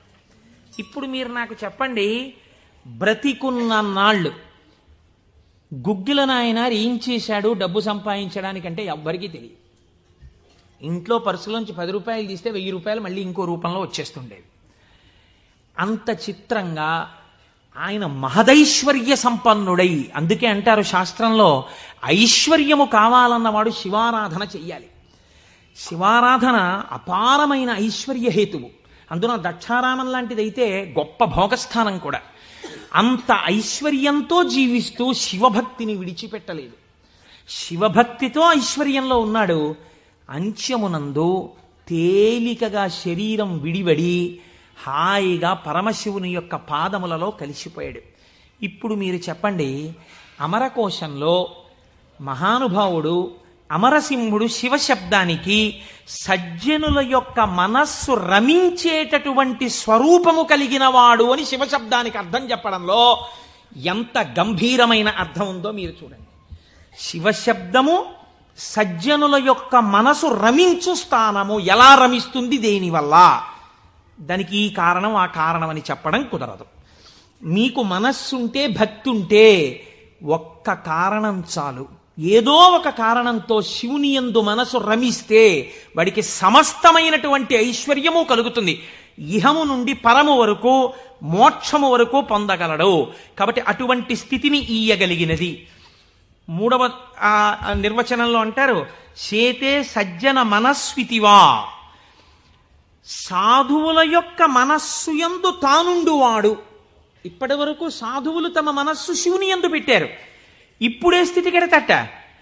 ఇదే భృంగీచ్ఛా నటనోత్కట కరిమదగ్రాహీ స్ఫురన్మాధవా హ్లాదో నాదయుతో మహాసితవపు పంచేషు బాణాధృత సత్పక్షస్సు మనోవనేషు నపునః సాక్షాన్మదీయే మనోరాజీవే భ్రమరాధిపో విహరతాం శ్రీశైలవాసీ విభుః అని పిలుస్తారు శంకరాచార్యులు వారి శివానందలహరిలో. లోపల ఉండేటటువంటి హృదయ పద్మము పరిశుద్ధముగా భక్తి అన్న తేనెతో నిండి ఉంటే 2 గండు తుమ్మెదలు వస్తాయి. పార్వతీ పరమేశ్వరులనే గండు తుమ్మెదలు వచ్చి విహరిస్తుంటే అక్కడ తేనె కోసం. ఇప్పుడు ఎవరి మనస్సు నిరంతరము శివనామము పట్టుకుని రమించిపోతోందో, ఎవరు శృతి ప్రమాణము చేత పరవశించిపోతున్నారో అటువంటి వారి మనస్సు యందు పరమశివుడే వెళ్ళి చేరి ఉంటాడు. అంటే ఆయనే శివుడైపోయి ఉంటాడు. ఇది నోటితో చెప్తే చాలామంది అందుకుని ఉంటారు, కానీ నేను దీనికి కూడా ఒక ఉదాహరణ ఇచ్చే ప్రయత్నం చేస్తాను. చంద్రశేఖర పరమాచార్య స్వామి వారికి నడిచే దేవుడు అని పేరు. మహానుభావుడు, ప్రాతస్మరణీయులు. మొన్నట్నే మేము కంచి కామకోటి పీఠానికి వెళ్ళి స్వామివారి బృందావనం దగ్గర ప్రణిపాతం చేసి వచ్చాం. సమాధి అన్నమాట వాడరు పెద్దలు. సన్యసించినటువంటి వారిని సమాధి చేసిన చోట పైన తులసి కోట పెడితే బృందావని అని పిలవాలి. ఇది బృందావనం అండి, చంద్రశేఖర పరమాచార్య స్వామి వారి బృందావనం అనాలి. అలా కాకుండా సమాధి మీద శివలింగం ఉంటే బృందావనం అనకూడదు, అధిష్టానము అనాలి. ఇది రమణ మహర్షి యొక్క అధిష్టానం అండి అనాలి. రమణాశ్రమంలోకి వెళ్ళారనుకోండి, మీరు ఇది రమణ మహర్షి సమాధనో రమణ మహర్షి బృందావనమనో మీరు ఉచ్చరిస్తే మీ యందు దోషం పడుతుంది. అలా అనకూడదు. ఇది రమణుల అధిష్టానము అని పిలవాలి. ఎందుకంటే దాని మీద శివలింగం ఉంటుంది కనుక.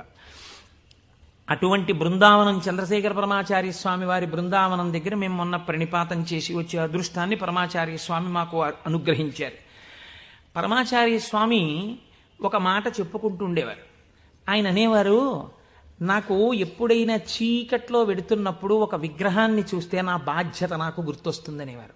ఇదండి రమించడం అంటే, ఇది శివుడంటే. మామూలుగా మాట్లాడడం, ఇలా ఉపన్యాసాలు చెప్పడం గొప్ప కాదు. రమించిన హృదయంలోంచి అటువంటి మాట రావడం ఆ వ్యక్తి యొక్క స్థితిని చూపిస్తుంది. పరమాచార్య నడిచి వెళ్ళిపోతుండేవారు. తెల్లవారుజామున 3 గంటలకి వారు నడిచి వెళ్ళిపోతున్నారు. ఒకసారి నడిచి వెళ్ళిపోతుంటే ఒక ఊరి మధ్యలో ఒక కోటు వేసుకున్నటువంటి ఒక వ్యక్తి, వాడెవరో ఒక రాజకీయ నాయకుడు, ఆయన యొక్క శిలాప్రతిమ ఒకటి ఉంది. పరమాచార్య నిలబడి ఒక నవ్వు నవ్వారు. పరమాచార్య నవ్వారంటే దానిలో ఏదో అర్థం ఉంటుంది. ఆయనతో ఆనాడు అంతేవాసులై దగ్గరగా నడిచినటువంటి శిష్యులున్నారే, వారు అదృష్టవంతులు కనుక వారు దగ్గరగా వెళ్ళి నిలబడ్డారు. ఎందుకు నవ్వారు అని అడగరు కదా. వారు నవ్వి అన్నారు, దీన్ని చూస్తే నాకేం జ్ఞాపకం వస్తుందో తెలుసా, నా బాధ్యత జ్ఞాపకానికి వస్తోంది అన్నారు.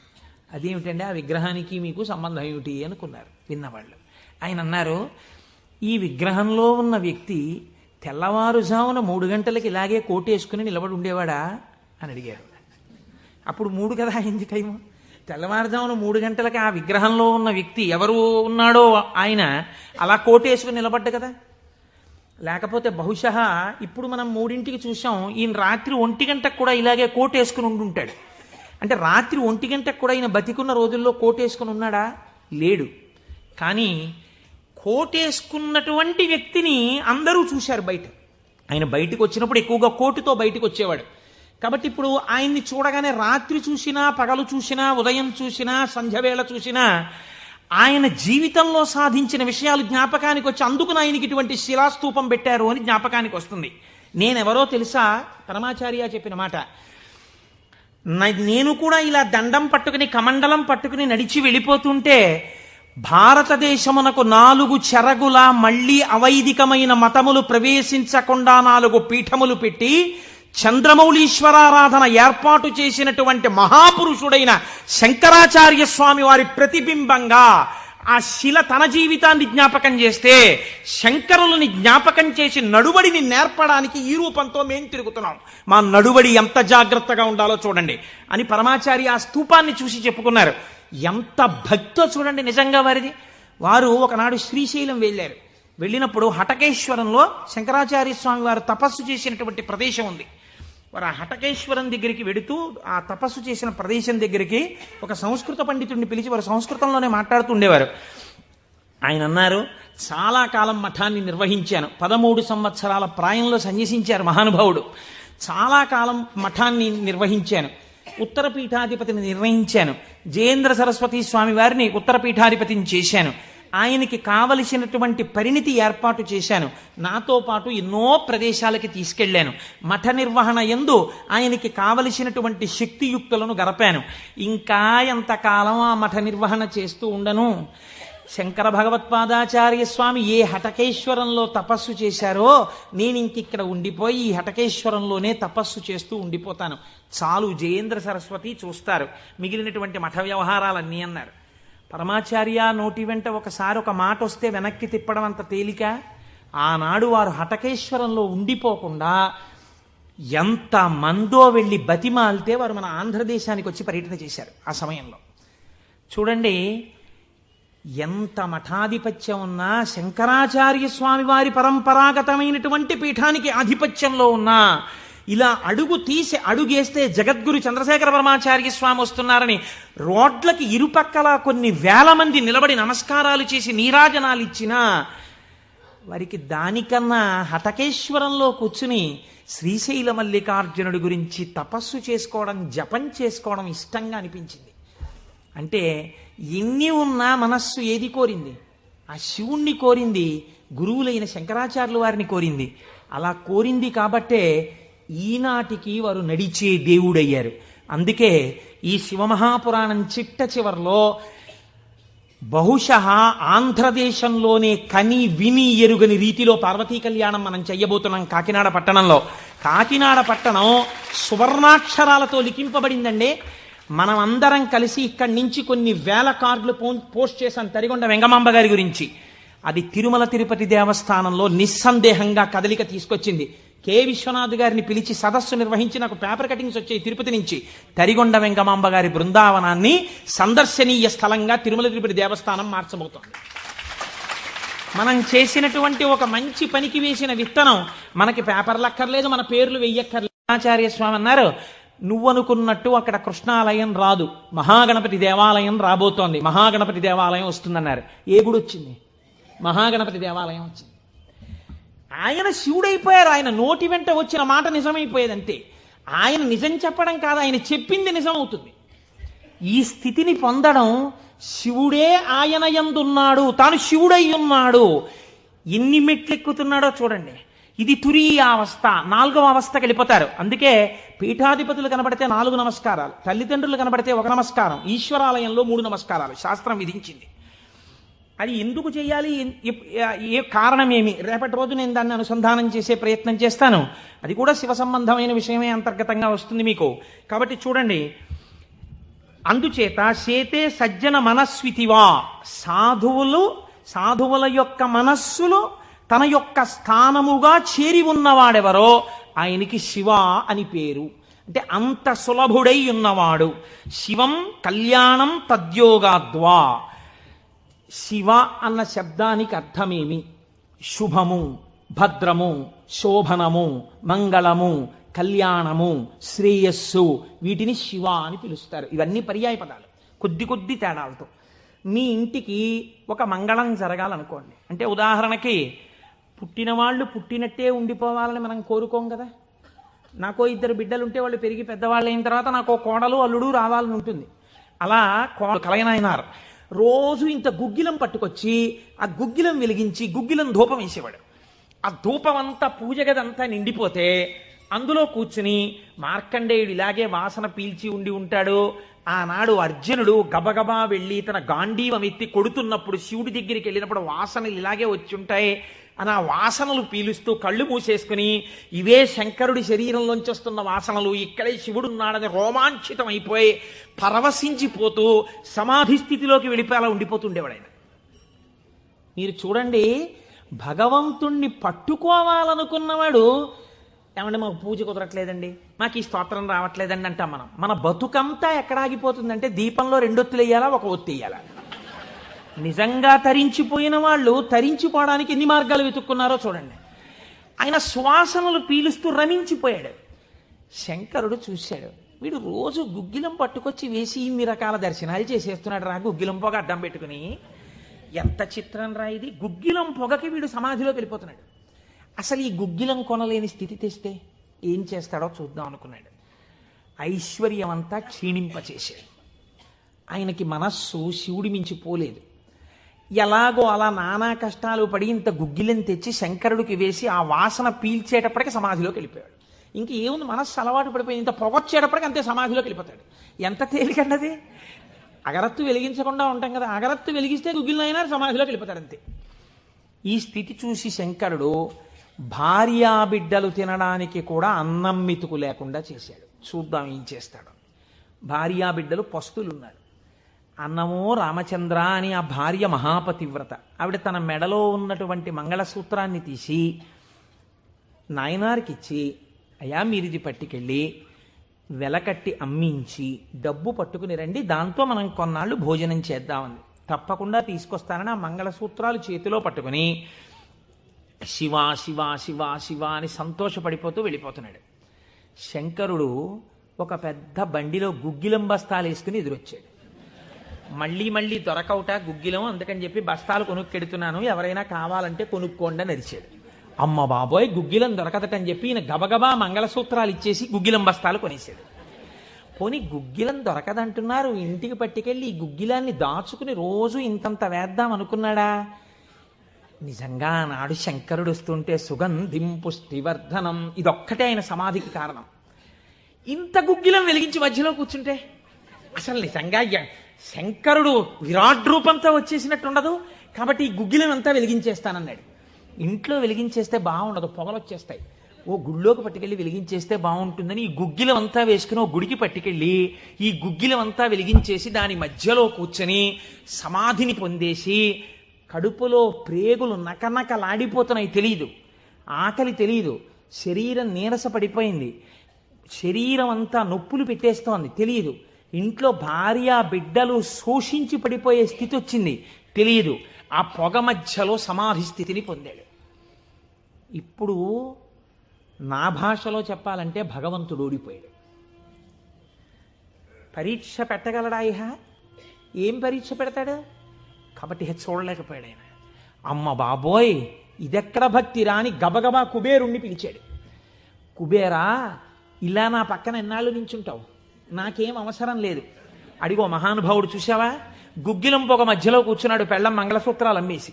వెంటనే వెళ్ళి ఆయన ఇంటిని బ్రహ్మాండమైనటువంటి అంతఃపురంగా మార్చేయి, భార్యకి బిడ్డలకి భూమండలంలో లేనంత ఐశ్వర్యాన్ని ఇచ్చేయి, ముందు ఉత్తర క్షణం వాళ్ళకి షడ్రశోపేతమైన భోజనం పెట్టు అనేటప్పటికి వాళ్ళ ఇల్లు మారిపోయింది, షడ్రశోపేతమైన భోజనం వచ్చింది.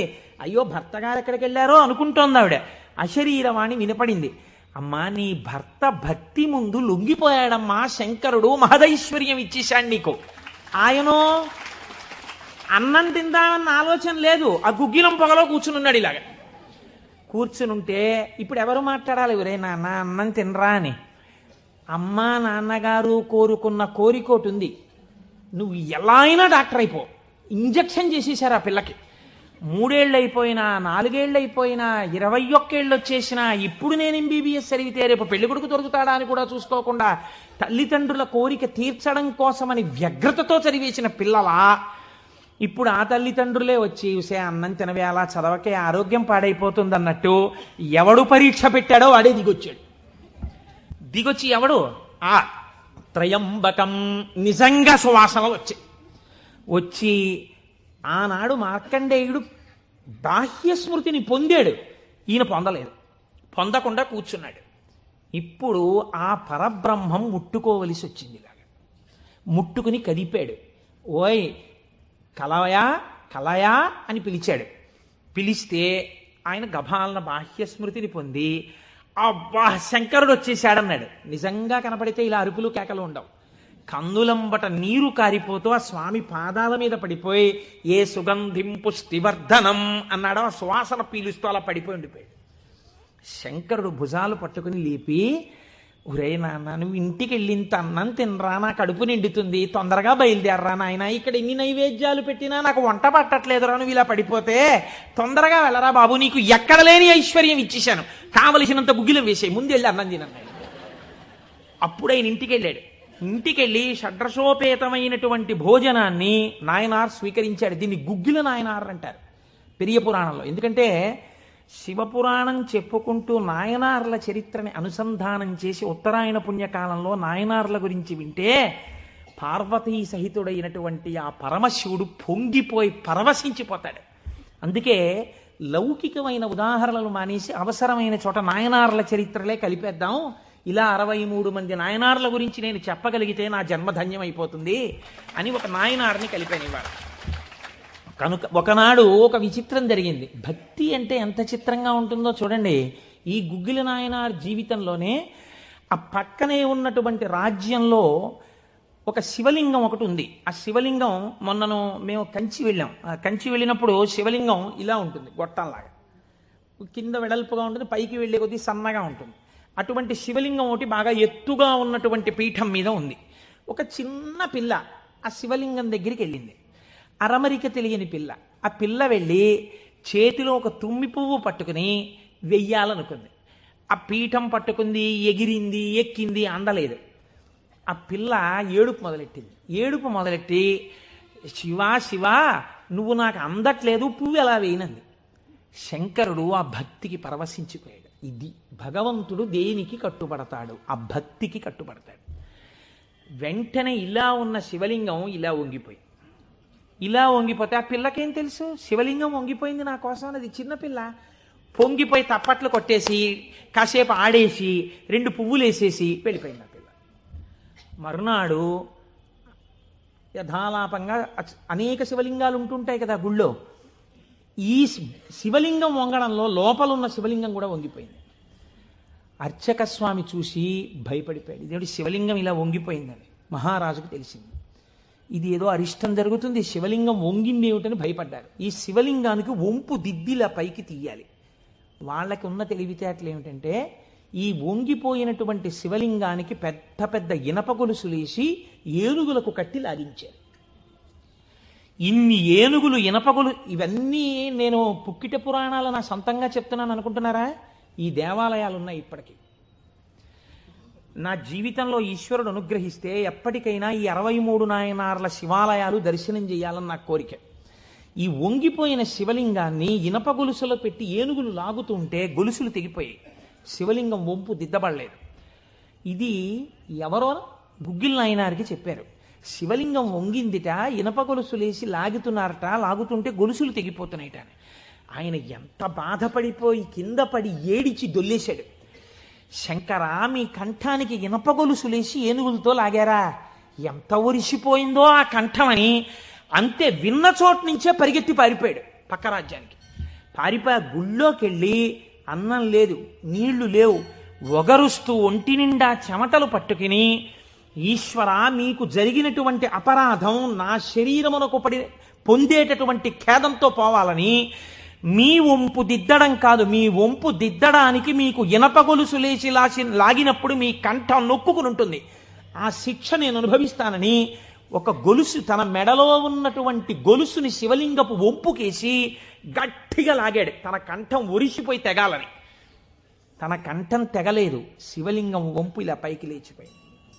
ఆ వంపు దిద్దినటువంటి వాడు గుగ్గిల నాయన. ఇప్పుడు మీరు నాకు చెప్పండి, బ్రతికున్న నాళ్ళు గుగ్గిల నాయనారు ఏం చేశాడు డబ్బు సంపాదించడానికంటే ఎవ్వరికీ తెలియదు. ఇంట్లో పర్సులోంచి 10 రూపాయలు తీస్తే 1000 రూపాయలు మళ్ళీ ఇంకో రూపంలో వచ్చేస్తుండేవి. అంత చిత్రంగా ఆయన మహదైశ్వర్య సంపన్నుడై, అందుకే అంటారు శాస్త్రంలో, ఐశ్వర్యము కావాలన్నవాడు శివారాధన చెయ్యాలి. శివారాధన అపారమైన ఐశ్వర్య హేతువు. అందున దక్షారామం లాంటిదైతే గొప్ప భోగస్థానం కూడా.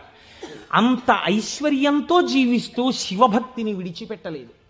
శివభక్తితో ఐశ్వర్యంలో ఉన్నాడు.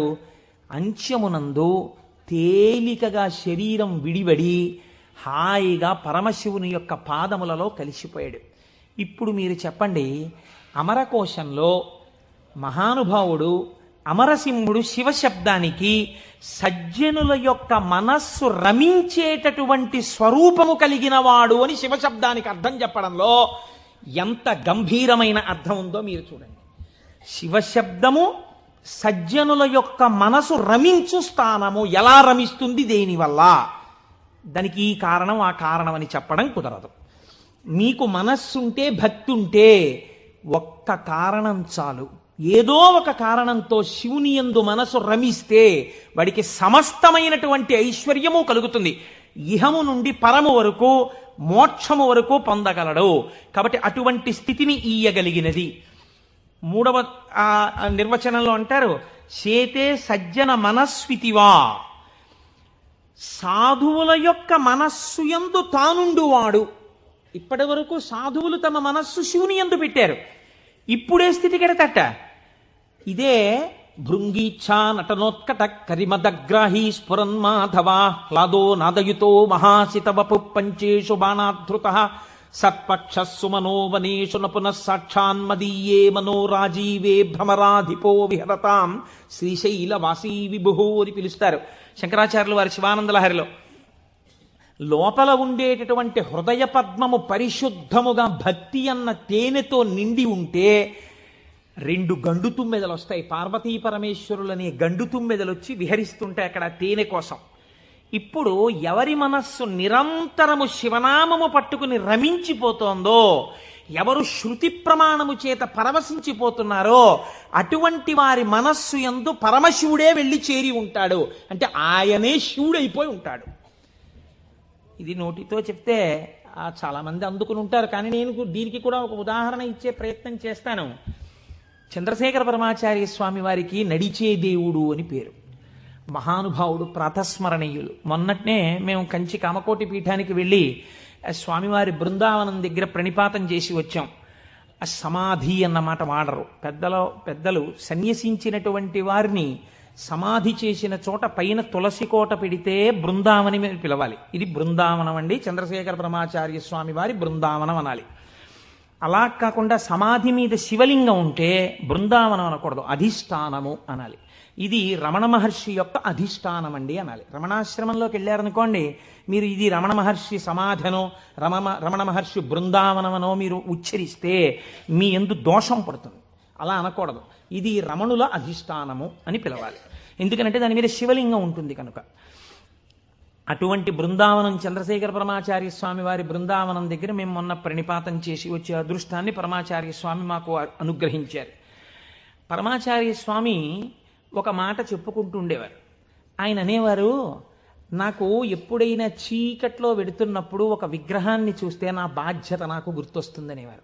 ఇదండి రమించడం అంటే, ఇది శివుడంటే. మామూలుగా మాట్లాడడం, ఇలా ఉపన్యాసాలు చెప్పడం గొప్ప కాదు. రమించిన హృదయంలోంచి అటువంటి మాట రావడం ఆ వ్యక్తి యొక్క స్థితిని చూపిస్తుంది. పరమాచార్య నడిచి వెళ్ళిపోతుండేవారు. తెల్లవారుజామున 3 గంటలకి వారు నడిచి వెళ్ళిపోతున్నారు. ఒకసారి నడిచి వెళ్ళిపోతుంటే ఒక ఊరి మధ్యలో ఒక కోటు వేసుకున్నటువంటి ఒక వ్యక్తి, వాడెవరో ఒక రాజకీయ నాయకుడు, ఆయన యొక్క శిలా ప్రతిమ ఒకటి ఉంది. పరమాచార్య నిలబడి ఒక నవ్వు నవ్వారు. పరమాచార్య నవ్వారంటే దానిలో ఏదో అర్థం ఉంటుంది.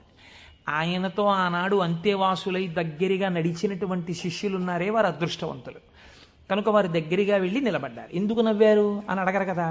వారు నవ్వి అన్నారు, దీన్ని చూస్తే నాకేం జ్ఞాపకం వస్తుందో తెలుసా, నా బాధ్యత జ్ఞాపకానికి వస్తోంది అన్నారు. అదేమిటంటే, ఆ విగ్రహానికి మీకు సంబంధం ఏమిటి అనుకున్నారు విన్నవాళ్ళు. ఆయన అన్నారు, ఈ విగ్రహంలో ఉన్న వ్యక్తి తెల్లవారుజామున 3 గంటలకి ఇలాగే కోటేసుకుని నిలబడి ఉండేవాడా అని అడిగారు. అప్పుడు 3 కదా అయింది టైము. తెల్లవారుజామున 3 గంటలకి ఆ విగ్రహంలో ఉన్న వ్యక్తి ఎవరు ఉన్నాడో ఆయన అలా కోటేసుకుని నిలబడ్డ కదా. లేకపోతే బహుశా ఇప్పుడు మనం 3ంటికి చూసాం, ఈయన రాత్రి 1 గంటకు కూడా ఇలాగే కోటేసుకుని ఉండుంటాడు. అంటే రాత్రి 1 గంటకు కూడా ఈయన బతికున్న రోజుల్లో కోటేసుకుని ఉన్నాడా? లేడు. కానీ కోటేసుకున్నటువంటి వ్యక్తిని అందరూ చూశారు బయట. ఆయన బయటికి వచ్చినప్పుడు ఎక్కువగా కోటుతో బయటికి వచ్చేవాడు. కాబట్టి ఇప్పుడు ఆయన్ని చూడగానే రాత్రి చూసినా, పగలు చూసినా, ఉదయం చూసినా, సంధ్యవేళ చూసినా ఆయన జీవితంలో సాధించిన విషయాలు జ్ఞాపకానికి వచ్చి, అందుకు ఆయనకి ఇటువంటి శిలాస్తూపం పెట్టారు అని జ్ఞాపకానికి వస్తుంది. నేనెవరో తెలుసా? పరమాచార్య చెప్పిన మాట.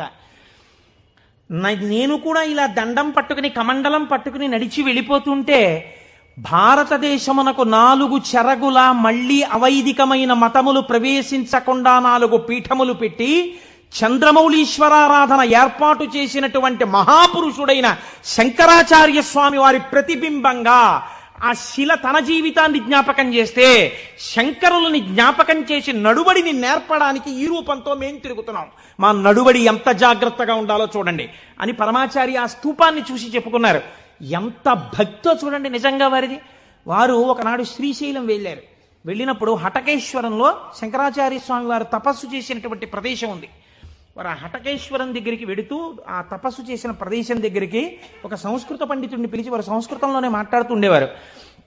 ఆయన అన్నారు, చాలా కాలం మఠాన్ని నిర్వహించాను. 13 సంవత్సరాల ప్రాయంలో సన్యసించారు మహానుభావుడు. చాలా కాలం మఠాన్ని నిర్వహించాను.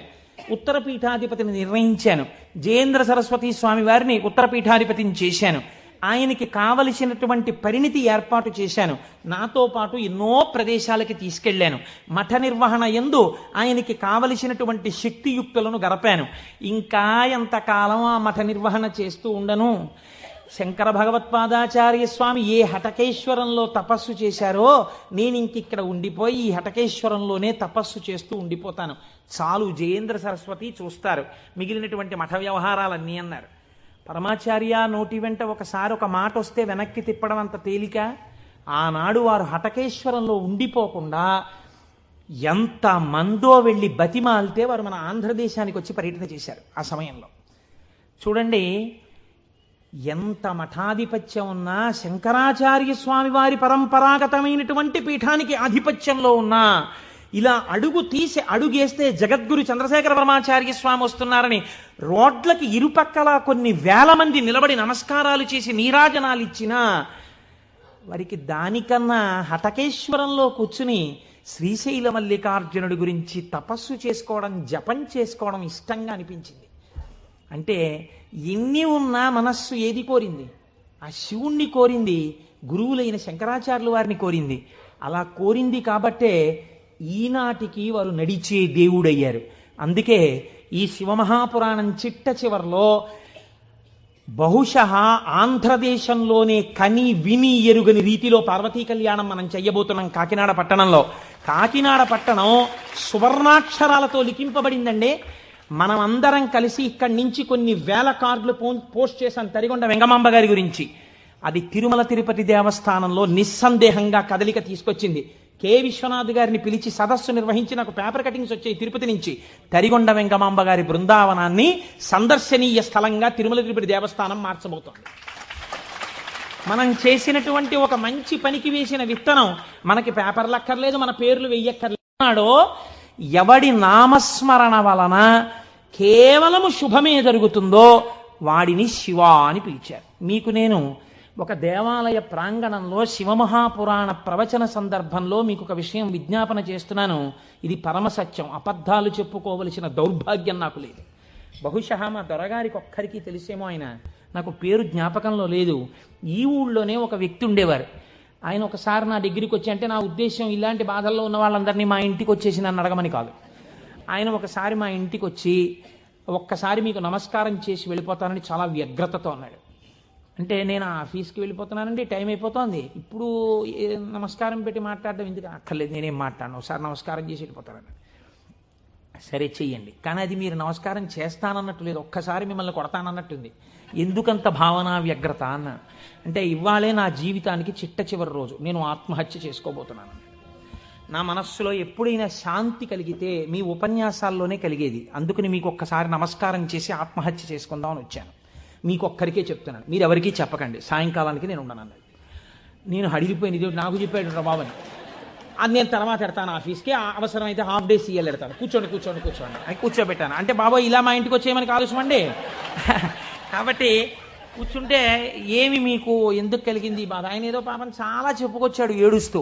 నేనన్నా సరే ఒక పని చేయండి, ఆఖరి ప్రయత్నం చేయండి, మీరు దీక్షగా 42 రోజులు శివాలయానికి ఎవ్వరికీ చెప్పద్దు, ప్రదోష వేళలో వెళ్ళి శివ ప్రదక్షిణం చేసి మీరు ఏమీ చెప్పకండి, మీరు చెప్పగలిగినంతసేపు శివాలయం అరుగు మీద కూర్చుని శివ శివ శివ శివ శివ శివ ఇదొకటే.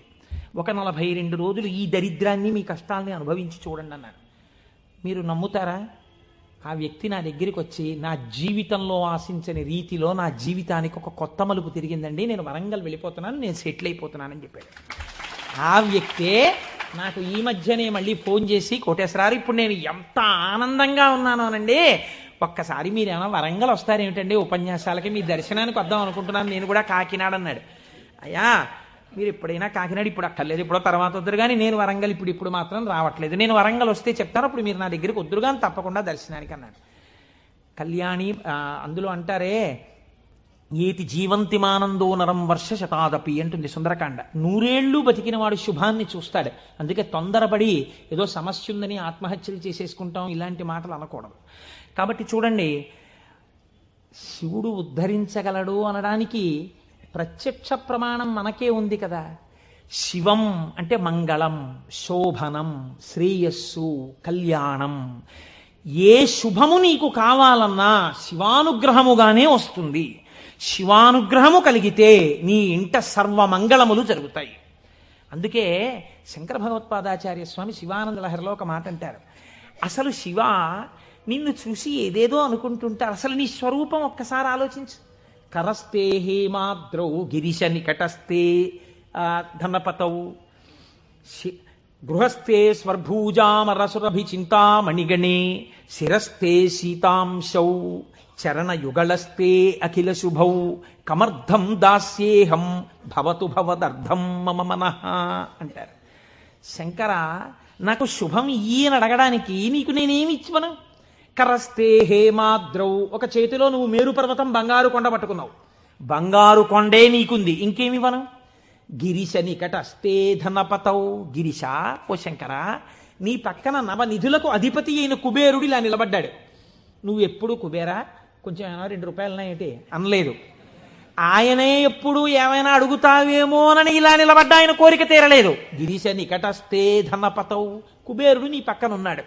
గృహస్థే స్వర్భూజామరసురభి చింతామణిగణే, నీ ఇంట కల్పవృక్షాలు, కామధేనువులు, చింతామణులు రాసులు పోసి ఉన్నాయి.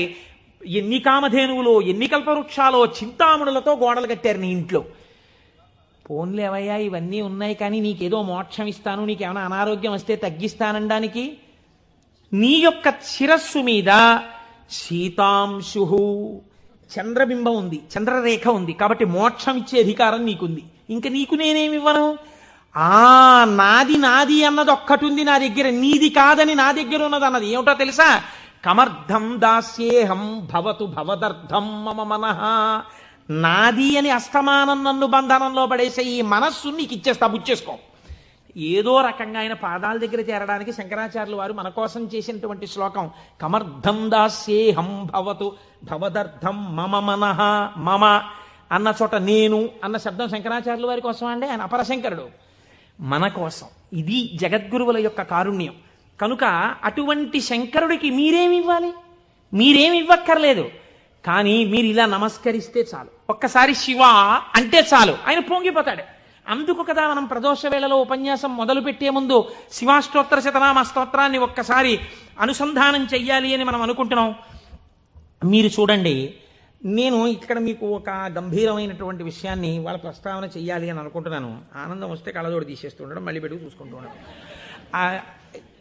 బాగుందండి మీరు చెప్పింది, శంకరుడు అంతటి గొప్పవాడే, ఇంతవరకు బాగుంది. కానీ ఇలా ఆయన ఎప్పుడూ మా కంటితో మేము చూడని రూపంలో ఉండడమేనా, లేకపోతే మాకు ఇంతకన్నా ఏమైనా గొప్ప ఉపకారం చేశారా? కళ్యాణం, భద్రం, శ్రేయం, శోభనం, శుభం, వీటన్నింటికీ అర్థం కేవలం శుభాలు చేసుకోవడం, పెళ్లిళ్ళు చేసుకోవడం, బూరులు తింటూ ఉండడం, గారులు తింటూ ఉండడం, ఇవేనా? ఇంకేమైనా చెప్పారా శంకరుడు? ఇవే నా అర్థం, నేను ఇవే మీకు చేసి పెడుతుంటానని ఏమైనా అన్నారా? దీన్ని మీరు చాలా జాగ్రత్తగా గంభీరంగా పట్టుకోవాలి. మీరు ఇది పట్టుకునే ప్రయత్నం చేస్తే శివపురాణం విషయంలో మీకు ఒక గొప్ప అవగాహన ఏర్పడిపోతుంది. కాబట్టి చెవులు రిక్కించి చాలా జాగ్రత్తగా వినే ప్రయత్నం చేయండి. కదిలినటువంటి శివుని యొక్క స్వరూపాన్నే నటరాజమూర్తి అని పిలుస్తాం. ఎదర వ్యాఖ్యానం పురాణంలో వస్తుంది, అప్పుడు నేను నటరాజ తత్వం గురించి, చిదంబరం గురించి చెప్తాను. అప్పుడు విందురు కానీ ఇప్పటికొకటి తెలుసుకోండి, తనలో తాను రమించిపోతున్నటువంటి శివుడు అలలు లేని సరస్సు, కాబట్టి తనలో తాను రమిస్తుంటాడు, కదలిక ఉండదు.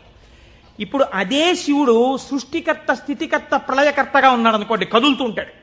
ఈ కదిలినప్పుడు నటరాజు నాట్యం చేస్తుంటాడు.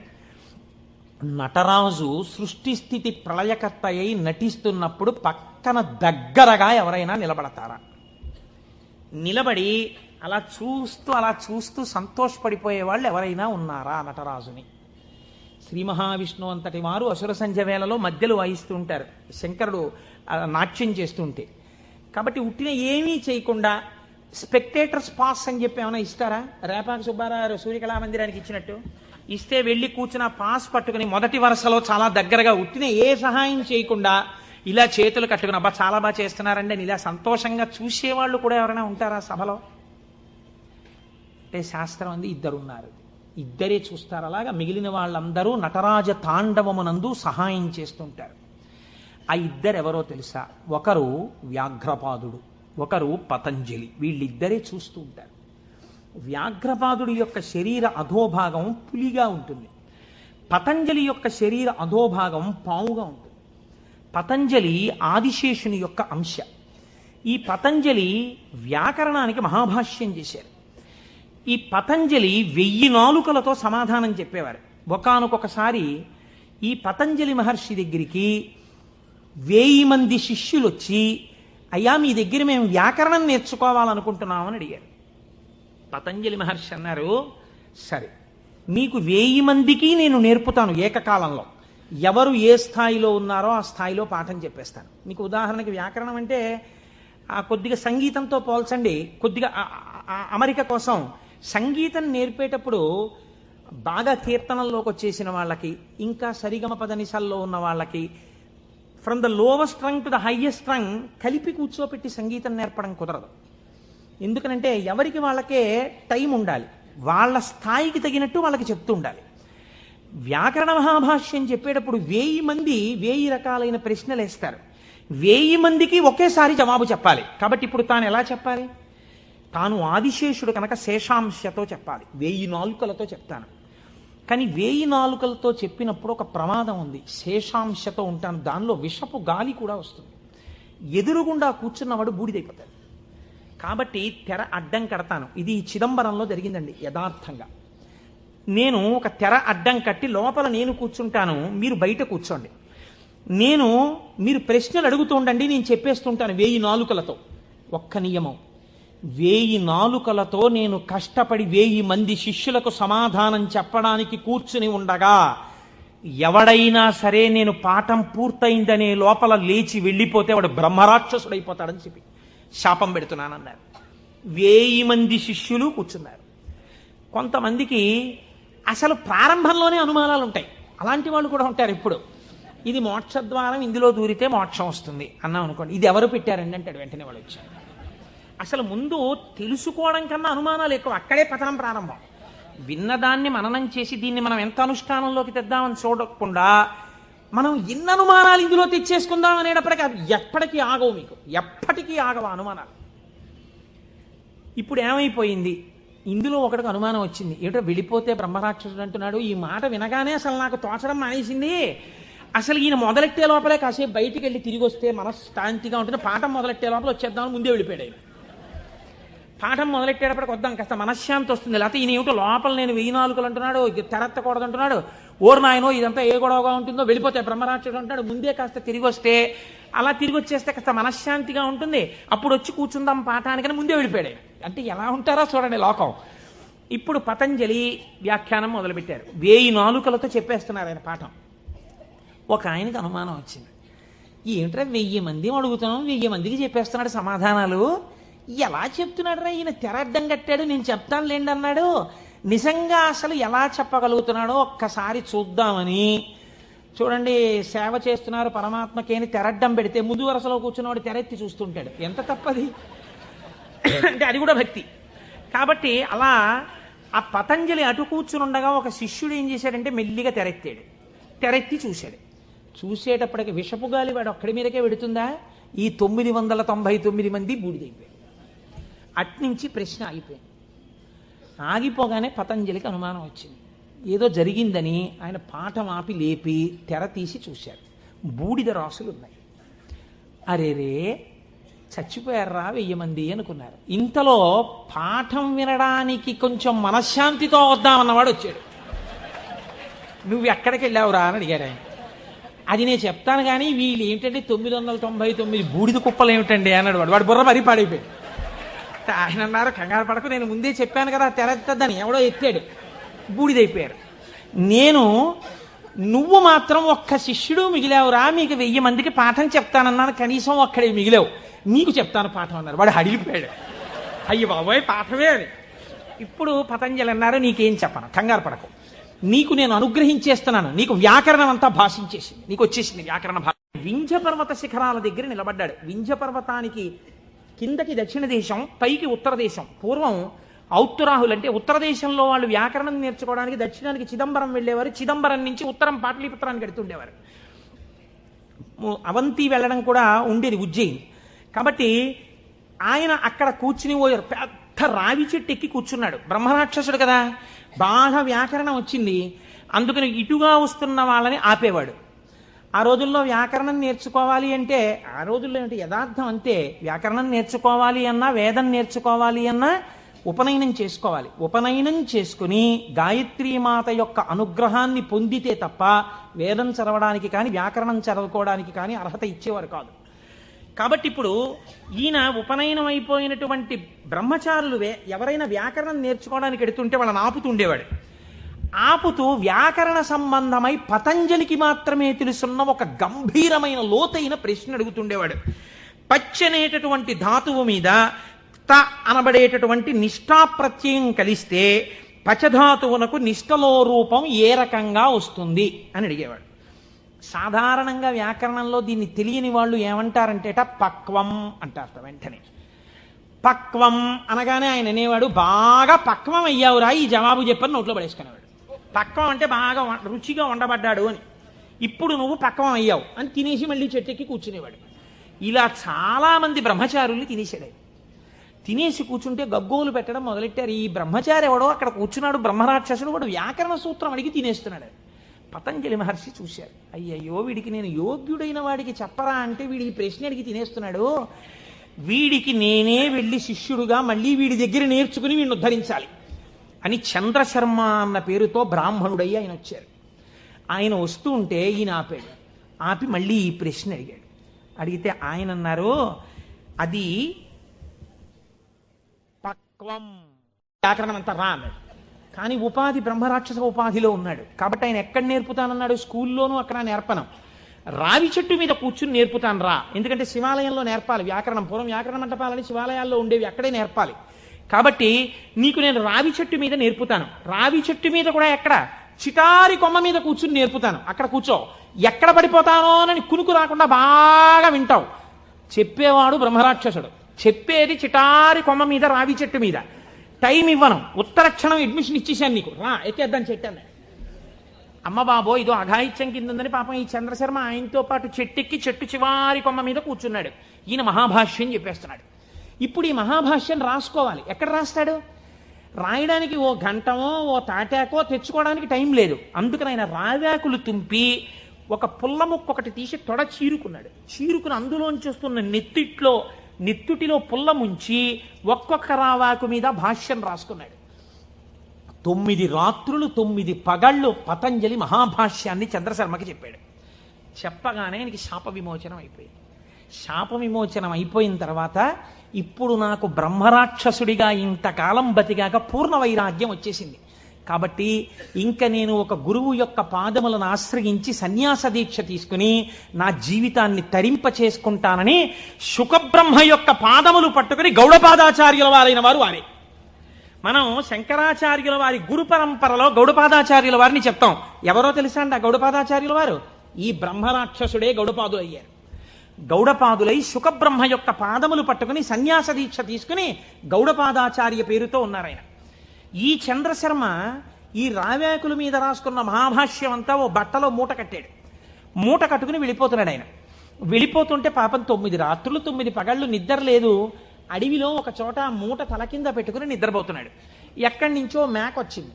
ఇవేవో రావ్యాకులు బాగానే ఉన్నాయని ఆ మూటలో మూతెట్టి లాగేసి కొన్ని ఆకులు తినేసి, ఇప్పుడు ఆ వ్యాకరణంలో ఉన్న మహాభాష్యంలో పోయిన ఆకుల్ని ఏమని పిలుస్తారో తెలుసా అండి? అజభక్షిత భాష్యము అని పిలుస్తారు. మేక చేత తినబడిన భాష్యం అని పేరు దానికి. అది మేక తినేసి మిగిలిన మూట కట్టుకుని అడవిలో పడుకుంటే ఇబ్బందిగా ఉందని ఆయన ఒక ఊరిలోకి వచ్చి ఒక వైశ్యుడి ఇంటి అరుగు మీద పడుకుని నిద్రపోయారు. 9 రాత్రులు 9 పగళ్ళు అన్నం లేదు, నిద్ర లేదు, శరీరం శోషించిపోయింది, నిద్ర లేదు. ఇంకా ఎంత గాఢ నిద్ర పట్టేసిందంటే ఆకలి కూడా చూసుకోకుండా నిద్రపోతున్నారు. ఆ వైశ్యుడికి ఒక కన్యారత్నం ఉంది. ఆ అమ్మాయి చూసి ఈయన నిద్దట్లోనే మరణిస్తాడేమో అని బెంగపెట్టుకుని ఒక గొప్ప వైద్య చికిత్స చేసింది. ఇప్పుడు మనం ఆ సిలైన్లవి ఎక్కించాలంటే శరీరానికి సూదితో పొడిచి ఎక్కిస్తాం. మన ఆయుర్వేద శాస్త్రం అలా ఒప్పుకోలేదు. ఎందుకంటే పతంజలి 3ంటికి వ్యాఖ్యానం ఇచ్చారు. మనస్సు, వాక్కు, కాయము. మనస్సు కోసమని యోగ సూత్రాలు ఇచ్చారు ఆయన, వాక్కు కోసం వ్యాకరణం ఇచ్చారు. అలాగే మనస్సు, వాక్కు, కాయము, శరీరం ఆరోగ్యంగా ఉండడానికి చరకుడి యొక్క ఆయుర్వేద సూత్రాలకి భాష్యం చేశారు ఆయన. 3ంటికి భాష్యం ఇచ్చారు. ఆ పిల్ల వైద్యశాస్త్రంలో దిట్ట. ఈ అమ్మాయి ఏం చేసిందంటే పెరుగన్నం బాగా మెత్తగా కలిపేసి ఈ పెరుగన్నాన్ని తీసుకొచ్చి ఒంటి నిండా పూసేసింది ఈ బ్రాహ్మణ పిల్లవాడికి, ఈ చంద్రశర్మకి. పెరుగన్నం తొందరగా రోమరంధ్రాల్లోంచి లోపలికి వెళ్ళిపోతుంది. అది లోపలికి వెళ్ళిపోయి ఈ పిల్లవాడికి బలం వచ్చింది. బలం వచ్చి 9 రోజుల భోజనం లేని స్థితి నుంచి శక్తిని పొందాడు. శక్తిని పొంది తెలివచ్చింది. తెలివచ్చి అమ్మయ్యా బడలికా పోయింది, సత్తువా వచ్చిందని ఆ మూట చూసుకున్నాడు. మూట ఉంది, మూట పట్టుకుని వెళ్ళిపోతున్నాడు. వెళ్ళిపోతుంటే వైశ్యుడు ఎదురొచ్చాడు. ఏమయ్యా నిన్ను మా అమ్మాయి ఎందుకు బ్రతికించుకుందో తెలుసా? నీ చూడచక్కని రూపాన్ని చూసి బ్రతికించుకుంది, నువ్వు మా అమ్మాయిని పెళ్లి చేసుకోవాలన్నాడు. ఇదేమిటయా నాకు వైరాగ్యం వచ్చింది, నేనేదో సన్యాసం తీసుకుందామని వెళ్ళిపోతున్నాను, నువ్వు మీ అమ్మాయిని పెళ్లి చేసుకోమంటావేంటి? నేను చేసుకోనన్నారు ఆయన. వెళ్ళిపోతున్నారు. వెళ్ళిపోతుంటే ఇలా కాదు, నువ్వు ఇంత ఉపకారం పొంది నా కూతురు మనస్సు భగ్నం చేసి వెళ్ళిపోతున్నావు కాబట్టి మనం రాజు దగ్గరికి వెడదాం తీర్పుకి పదన్నారు. సరే పద అయితే అన్నారు. చంద్రశర్మ వైశ్యుడు ఇద్దరు రాజుగారి అంతఃపురంలోకి వెళ్ళారు. రాజుగారు అంత దూరం నుంచి పిల్లాడిని చూశారు. చూసి ఎందుకు వస్తున్నాడో తర్వాత అడుగుదాం కానీ ఎంత బాగున్నాడో ఈ పిల్లాడిని దగ్గరికి రాగానే నాకు ఒక్కతే కూతురయ్యా, నీకిచ్చి పెళ్లి చేసి సింహాసనం మీద కూర్చోపెడదాం అనుకుంటున్నాను, నువ్వు మా అమ్మాయిని పెళ్లి చేసుకోవాలన్నారు. రాజాజ్ఞ, కాదంటే కుత్తుకు తీసేస్తాడు. అయ్య బాబోయ్, ఒక పిల్లే వద్దనుకుంటే 2 పిల్లలు చుట్టుకున్నారేమిటండి నాకు అని ఈయన చెప్పేలోగానే మంత్రిని పిలిపించి ఈ పిల్లాడు ఎలా ఉన్నాడో అల్లుడిని చేసుకుందాం అనుకుంటున్నానన్నారు. ఆహాహా ఏమి తేజోమూర్తి అండి ఇలాంటి వాడు. ఉత్తరోత్తర సింహాసనం మీద కూర్చుంటే మన రాజ్యానికి ఇంకా ఎదురుండదు, తప్పకుండా పిల్లనిచ్చేయండి అన్నారు. 2 పిల్లల్ని ఇచ్చి పెళ్లి చేసేస్తామన్నారు. అసలు నా గోడు వినేవాళ్ళు లేడు మహాప్రభో, నేను వైరాగ్యం ఉందిరా నాకు పిల్లలొద్దు పెళ్ళొద్దంటే 2 తయారయ్యారు ఏమిటి, నాకు పైగా రాజభోగం కూడా వచ్చింది. వద్దు వద్దన్నవాడికి ఐశ్వర్యం, వద్దు వద్దన్నవాడికి నమస్కారాలు, పెట్టండి అన్నవాడికి పెట్టేవాడు ఉండడం అని ఆయన బాధపడుతుంటే మంత్రి గారు ప్రాజ్ఞుడు ఆయన అన్నాడు, ఏమండి బ్రాహ్మణుడు బ్రాహ్మణేతరులను వివాహం చేసుకోవాలంటే ముందు బ్రాహ్మణ కన్యను చేసుకోవాలి. కాబట్టి ఉత్తమ కుల సంజాత అయిన ఒక బ్రాహ్మణ పిల్లని తెచ్చి ముందు పెళ్లి చేసి తర్వాత వీళ్ళిద్దరినీ చేసేద్దాం అన్నారు. ఓహో 2 కూడా అయ్యారేమిటనుకున్నాడు ఆయన. ముందు ఆయన గోడు వినేవాళ్ళు లేడు. బ్రాహ్మణ కాంతని తెచ్చారు, వైశ్యకాంతని తెచ్చారు, క్షత్రియ కాంతని తెచ్చారు, తాళి కట్టేవారు. ఆయన అన్నాడు, మీరు ఎలాగో ఇప్పుడు పెళ్ళొద్దంటే వినరు, ఆయన విండు, ఈయన విండు, ఈయన విండు. ఒక్క ఉపకారం చేయండి, మీకు నా తేజస్సు చూసి పొంగిపోతున్నారు కదా, మీ 3 కుమార్తెల యందు నేను సంతానమును పొందుతాను. 3 కొడుకులు పుట్టగానే నేను సన్యాసానికి వెళ్ళిపోవడానికి నాకు అనుమతి ఇవ్వాలన్నాడు. తప్పకుండా అలాగే ఇస్తామన్నారు. 3 పెళ్లి చేసుకున్నాడు. 3 యందు కుమారుల్ని కన్న తర్వాత సన్యాసం పుచ్చుకుందామని వెళ్ళిపోయాడు ఈ చంద్రశర్మ. వెళ్ళిపోయినటువంటి వాడు వెళ్ళి ఎవరు ఇతపూర్వం బ్రహ్మరాక్షసుడి రూపంలో ఉండి తనకి మహాభాష్యమంతా చెప్పి సన్యాసం తీసుకుని శుకబ్రహ్మకి శిష్యుడిగా ఇవాళ గౌడపాదాచార్య స్వామి వారిగా ఉన్నారో ఆయన దగ్గరకే వెళ్ళి అయ్యా నాకు సన్యాసం ఇవ్వండి అని అడిగాడు. నీకు గోవిందపాదాచార్య నామంతో సన్యాసం ఇస్తున్నానని సన్యాసం ఇచ్చి సన్యాసనామం గోవిందపాదాచార్య. ఆయనకి సన్యాసం ఇచ్చి ఒక మాట చెప్పారు, నువ్వు నర్మదా నదీ తీరంలో ఈ రావి చెట్టు దగ్గర ఈ గుహలోనే కూర్చో. రాబోయే కాలంలో భారతదేశంలో 72 అవైదికమైన మతములు ప్రవేశిస్తాయి. 72 అవైదికమైన మతములను తన వాగ్ఝరితో కొట్టిపారయ్యగలిగినటువంటి ఒక మహాపురుషుడిగా పరమశివుడే శంకరాచార్య స్వామిగా ఆవిర్భవించబోతున్నాడు. ఆ శంకరాచార్యుల వారికి సన్యాసనామాన్ని ఇచ్చి తత్వోపదేశం చెయ్యడానికి నువ్వు గురువుగా ఉండు అని కూర్చోబెట్టారు. ఆ చంద్రశర్మే గోవిందపాదాచార్య స్వామి. ఆ గోవిందపాదాచార్య స్వామి శిష్యులే మన శంకర భగవత్పాదాచార్య స్వామి. ఇది గౌడపాద, గోవిందపాదాచార్య, శంకరాచార్య గురు పరంపర. శివమహాపురాణ ప్రారంభం చేస్తూ ఇలాంటి పరంపరని ఒక్కసారి ఉత్తరాయణంలో అసుర సంధ్య వేళలో వింటే చాలు ఎంత పొంగిపోతాడో శంకరుడు. కనుక ఇప్పుడు ఆయన కాలడిలో జన్మించాడు మహానుభావుడు. ఆ శంకరాచార్య స్వామి వారి జన్మ రహస్యాన్ని గురించి ఎప్పుడైనా మనం త్రిపుర సుందరి అమ్మవారి ఊళ్ళో మళ్ళీ శంకరాచార్య స్వామి వారికి వైశాఖ శుక్ల పంచమి నాడు చేస్తాం కదా ఉత్సవం, అప్పుడు చెప్తాను దాని గురించినటువంటి విశేషాలు. ఇప్పుడు చెప్తే కుదరదు మహాప్రభో. ఆయన భారతదేశపు నలుచెరగుల పాదచారి అయి 3 మాటలు తిరిగారు. 72 అవైదికమైనటువంటి మతములను శృతి ప్రమాణమైన తన వాగ్ఝరితో కొట్టిపారేశారు, చిమ్మేశారు. ఆయన తర్వాత మళ్ళీ రాలేదు ఇంకా 72 మతాలు. అంత గొప్పవారు శంకరాచార్యుల వారంటే. అందుకే చంద్రశేఖర పరమాచార్య స్వామి వారికి శంకరులు గురువు కాదు, ప్రాణం. అందుకే అపర శంకరాచార్యులు వారు అయ్యారు చంద్రశేఖర పరమాచార్య స్వామి. అటువంటి మహాపురుషుడై దిగ్విజయ యాత్ర చేసి శృతి ప్రమాణమైన అద్వైత సిద్ధాంతాన్ని ఆవిష్కరించి మనందరినీ ఉద్ధరించినటువంటి వారిగా శంకరులు వచ్చారు. మీరు చూడండి, ఇప్పుడు మనం శివనామము మళ్ళీ మొదటికి వెళ్ళండి. ఎక్కడికి వెళ్ళాలి? అమరకోశంలో శివనామమునకు చెప్పినటువంటి వ్యాఖ్యానములో శివుణ్ణి ఏ రకంగానైనా పట్టుకుంటే మిమ్మల్ని ఉద్ధరించగలడు దగ్గర నుంచి శ్రేయం, మంగళం, కళ్యాణం, భద్రం, శ్రేయస్సు, శోభనం, ఇవి కేవల మంగళములేనా ఇంకేమన్నా ఉన్నాయా దగ్గరికి వెళ్ళండి. అందుకు తీసుకొచ్చాను దీన్ని. ఇప్పుడు ఇక్కడి నుంచి అక్కడికి వెళ్ళండి. మళ్ళీ ఒక్కసారి వెడితే మీకు ఈ శివనామమును ఎక్కడ దాచారు? శివనామము పంచాక్షరిగా కదండి ఉంది. నమశివాయ అని పంచాక్షరి. నమశివాయ అన్న మాట చెప్పడానికి వేదం ఎంత కట్టడి చేసి చెప్పింది, ఎంత జాగ్రత్తగా చెప్పింది పంచాక్షరి మంత్రాన్ని. మీరు జాగ్రత్తగా చూడండి, ఇది జాగ్రత్తగా గమనించండి. మీరు అయ్యప్ప స్వామి దర్శనానికి వచ్చారనుకోండి, అలా గేటు దగ్గర నిలబడి అయ్యప్ప స్వామి దర్శనం చేసుకుంటానంటే మీకు కనపడరు. మీరు అక్కడ చెప్పులు విప్పాలి, లోపలికి రావాలి, ఇక్కడ ఉన్నటువంటి పరివార దేవతలందరినీ దర్శనం చెయ్యాలి, మెట్లెక్కాలి, గణపతికి సుబ్రహ్మణ్యుడికి ప్రదక్షిణం చెయ్యాలి, ధ్వజస్తంభం పక్క నుంచి లోపలికి వెళ్ళాలి, స్వామికి ఒక పక్కకి వెళ్ళి నిలబడి ఆయన వంక చూస్తే అప్పుడు మీరు సంతోషంగా స్వామి దర్శనం చేస్తారు. అలాగే ఈ పంచాక్షరిని వేదం ఎక్కడ దాచిందో చూడండి. మనకి వేదములు 4 అయినా సాధారణంగా మనం ఏమంటామంటే 3గా వ్యవహరిస్తాం సంప్రదాయంలో. అందుకే శంకరాచార్యులు వారు కూడా శివానంద లహరిలో త్రైవేద్యం హృద్యం త్రిపురహరమాద్యం త్రినయనం అన్నారు. త్రైవేద్యం అనడానికి ఒక కారణం ఉంది.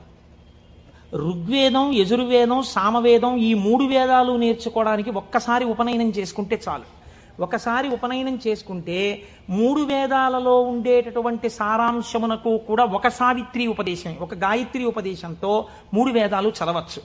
అథర్వ వేదం చదువుతాను అన్నారనుకోండి ఎవరైనా, ఈ 3 వేదాలు చదవడానికి కావలసినటువంటి ఉపనయనం సరిపోదు. అథర్వ వేదం కూడా చదవాలంటే మళ్ళీ ఉపనయనం చేసుకోవాలి. మళ్ళీ ఉపనయనం చేసుకుని మళ్ళీ ఇంకొక బ్రహ్మోపదేశం పొంది అథర్వ వేదం చదవాలి. అందుకని త్రైవేద్యం అంటారు సాధారణంగా.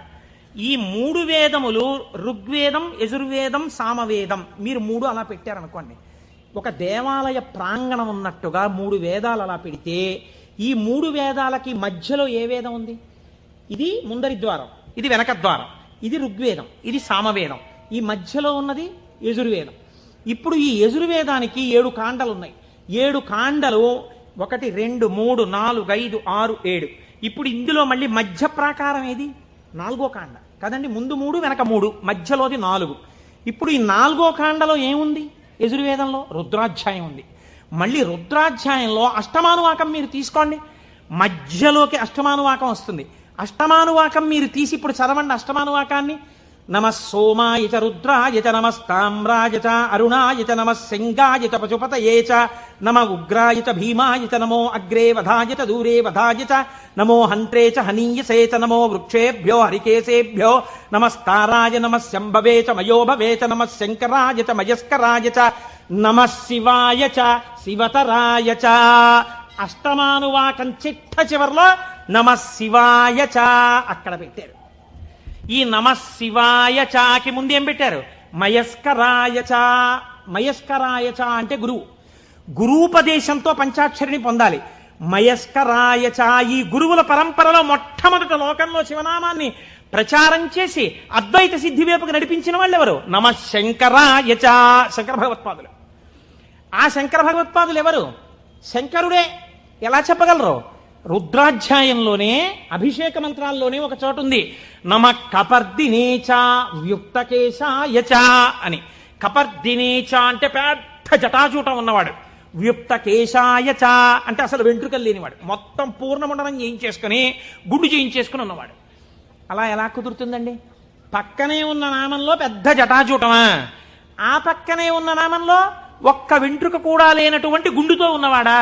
ఈ రెండు ఎలా సమన్వయం అవుతాయి అంటే పెద్దలన్నారు, నీ ఇష్టం వచ్చినట్టు చెప్పడానికి వీల్లేదయా, అలా వ్యుక్తకేశాయచ గుండుతో శివుడున్నాడని ఎక్కడైనా చెప్పారా అంటే వ్యాస భగవానుడు వాయుపురాణంలో చెప్పారు, గుండుతో శివుడున్నాడు అని. గుండుతో శివుడు ఎక్కడున్నాడు? ఎందుకంటే దక్షిణామూర్తిగా కూడా జటాజూటంతో ఉంటారు, శివుడిగా జటాజూటంతో ఉంటారు. పూర్ణముండనంతో గుండు చేయించుకున్నటువంటి శివస్వరూపం లేదు. మరి వాయుపురాణం ఎలా చెప్పింది ఉన్నాడని అంటే, వాయుపురాణం ఒక విషయాన్ని వ్యాస భగవానుడు ప్రతిపాదన చేస్తూ చెప్పారు. చతుర్భిః సహ శిష్యైస్తు శంకరో అవతరిష్యతి. నలుగురు శిష్యుల మధ్యలో కూర్చుని గుండుతో ఉండి మీద బట్ట కప్పుకున్న సన్యాసి రూపంలో ఎవరు కనపడుతున్నాడో ఆయనే పరమశివుడు అని చెప్పింది.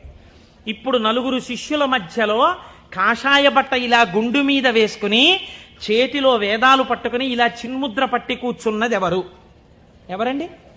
శంకరాచార్య స్వామి.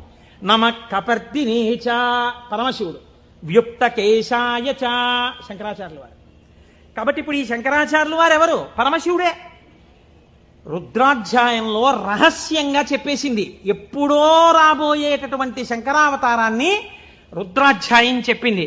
ఆయన్ని మయస్కరాయచ, ఆ శంకరుల గురు పరంపర ఉన్నదే అది సదాశివ సమారంభాం, లేకపోతే నారాయణ సమారంభాం, వ్యాస శంకర మధ్యమాం, అస్మదాచార్య పర్యంతాం వందే గురు పరంపరాం.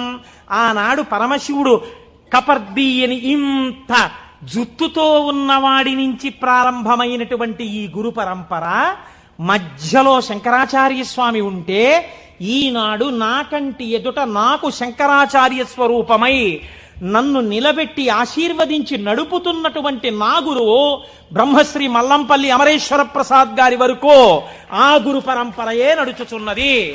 ఎవరికి వారు వారి గురువు వరకు ఇలాగే చెప్పుకుంటాం.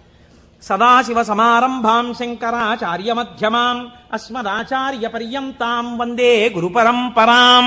ఈ గురువు ఏం చేస్తున్నారు? మీకు నడుబడి నేర్పుతున్నారు. ఈ గురువు ఏం చేస్తున్నారు? ఉదారమూర్తి అయి మిమ్మల్ని ఆశీర్వదిస్తున్నారు. ఈ గురువు ఏం చేస్తున్నారు? మీ ఉద్ధరణ కోసం ఈశ్వరుణ్ణి ప్రార్థన చేస్తున్నారు. అటువంటి గురువే ఈశ్వర స్వరూపుడై ఉన్నాడు.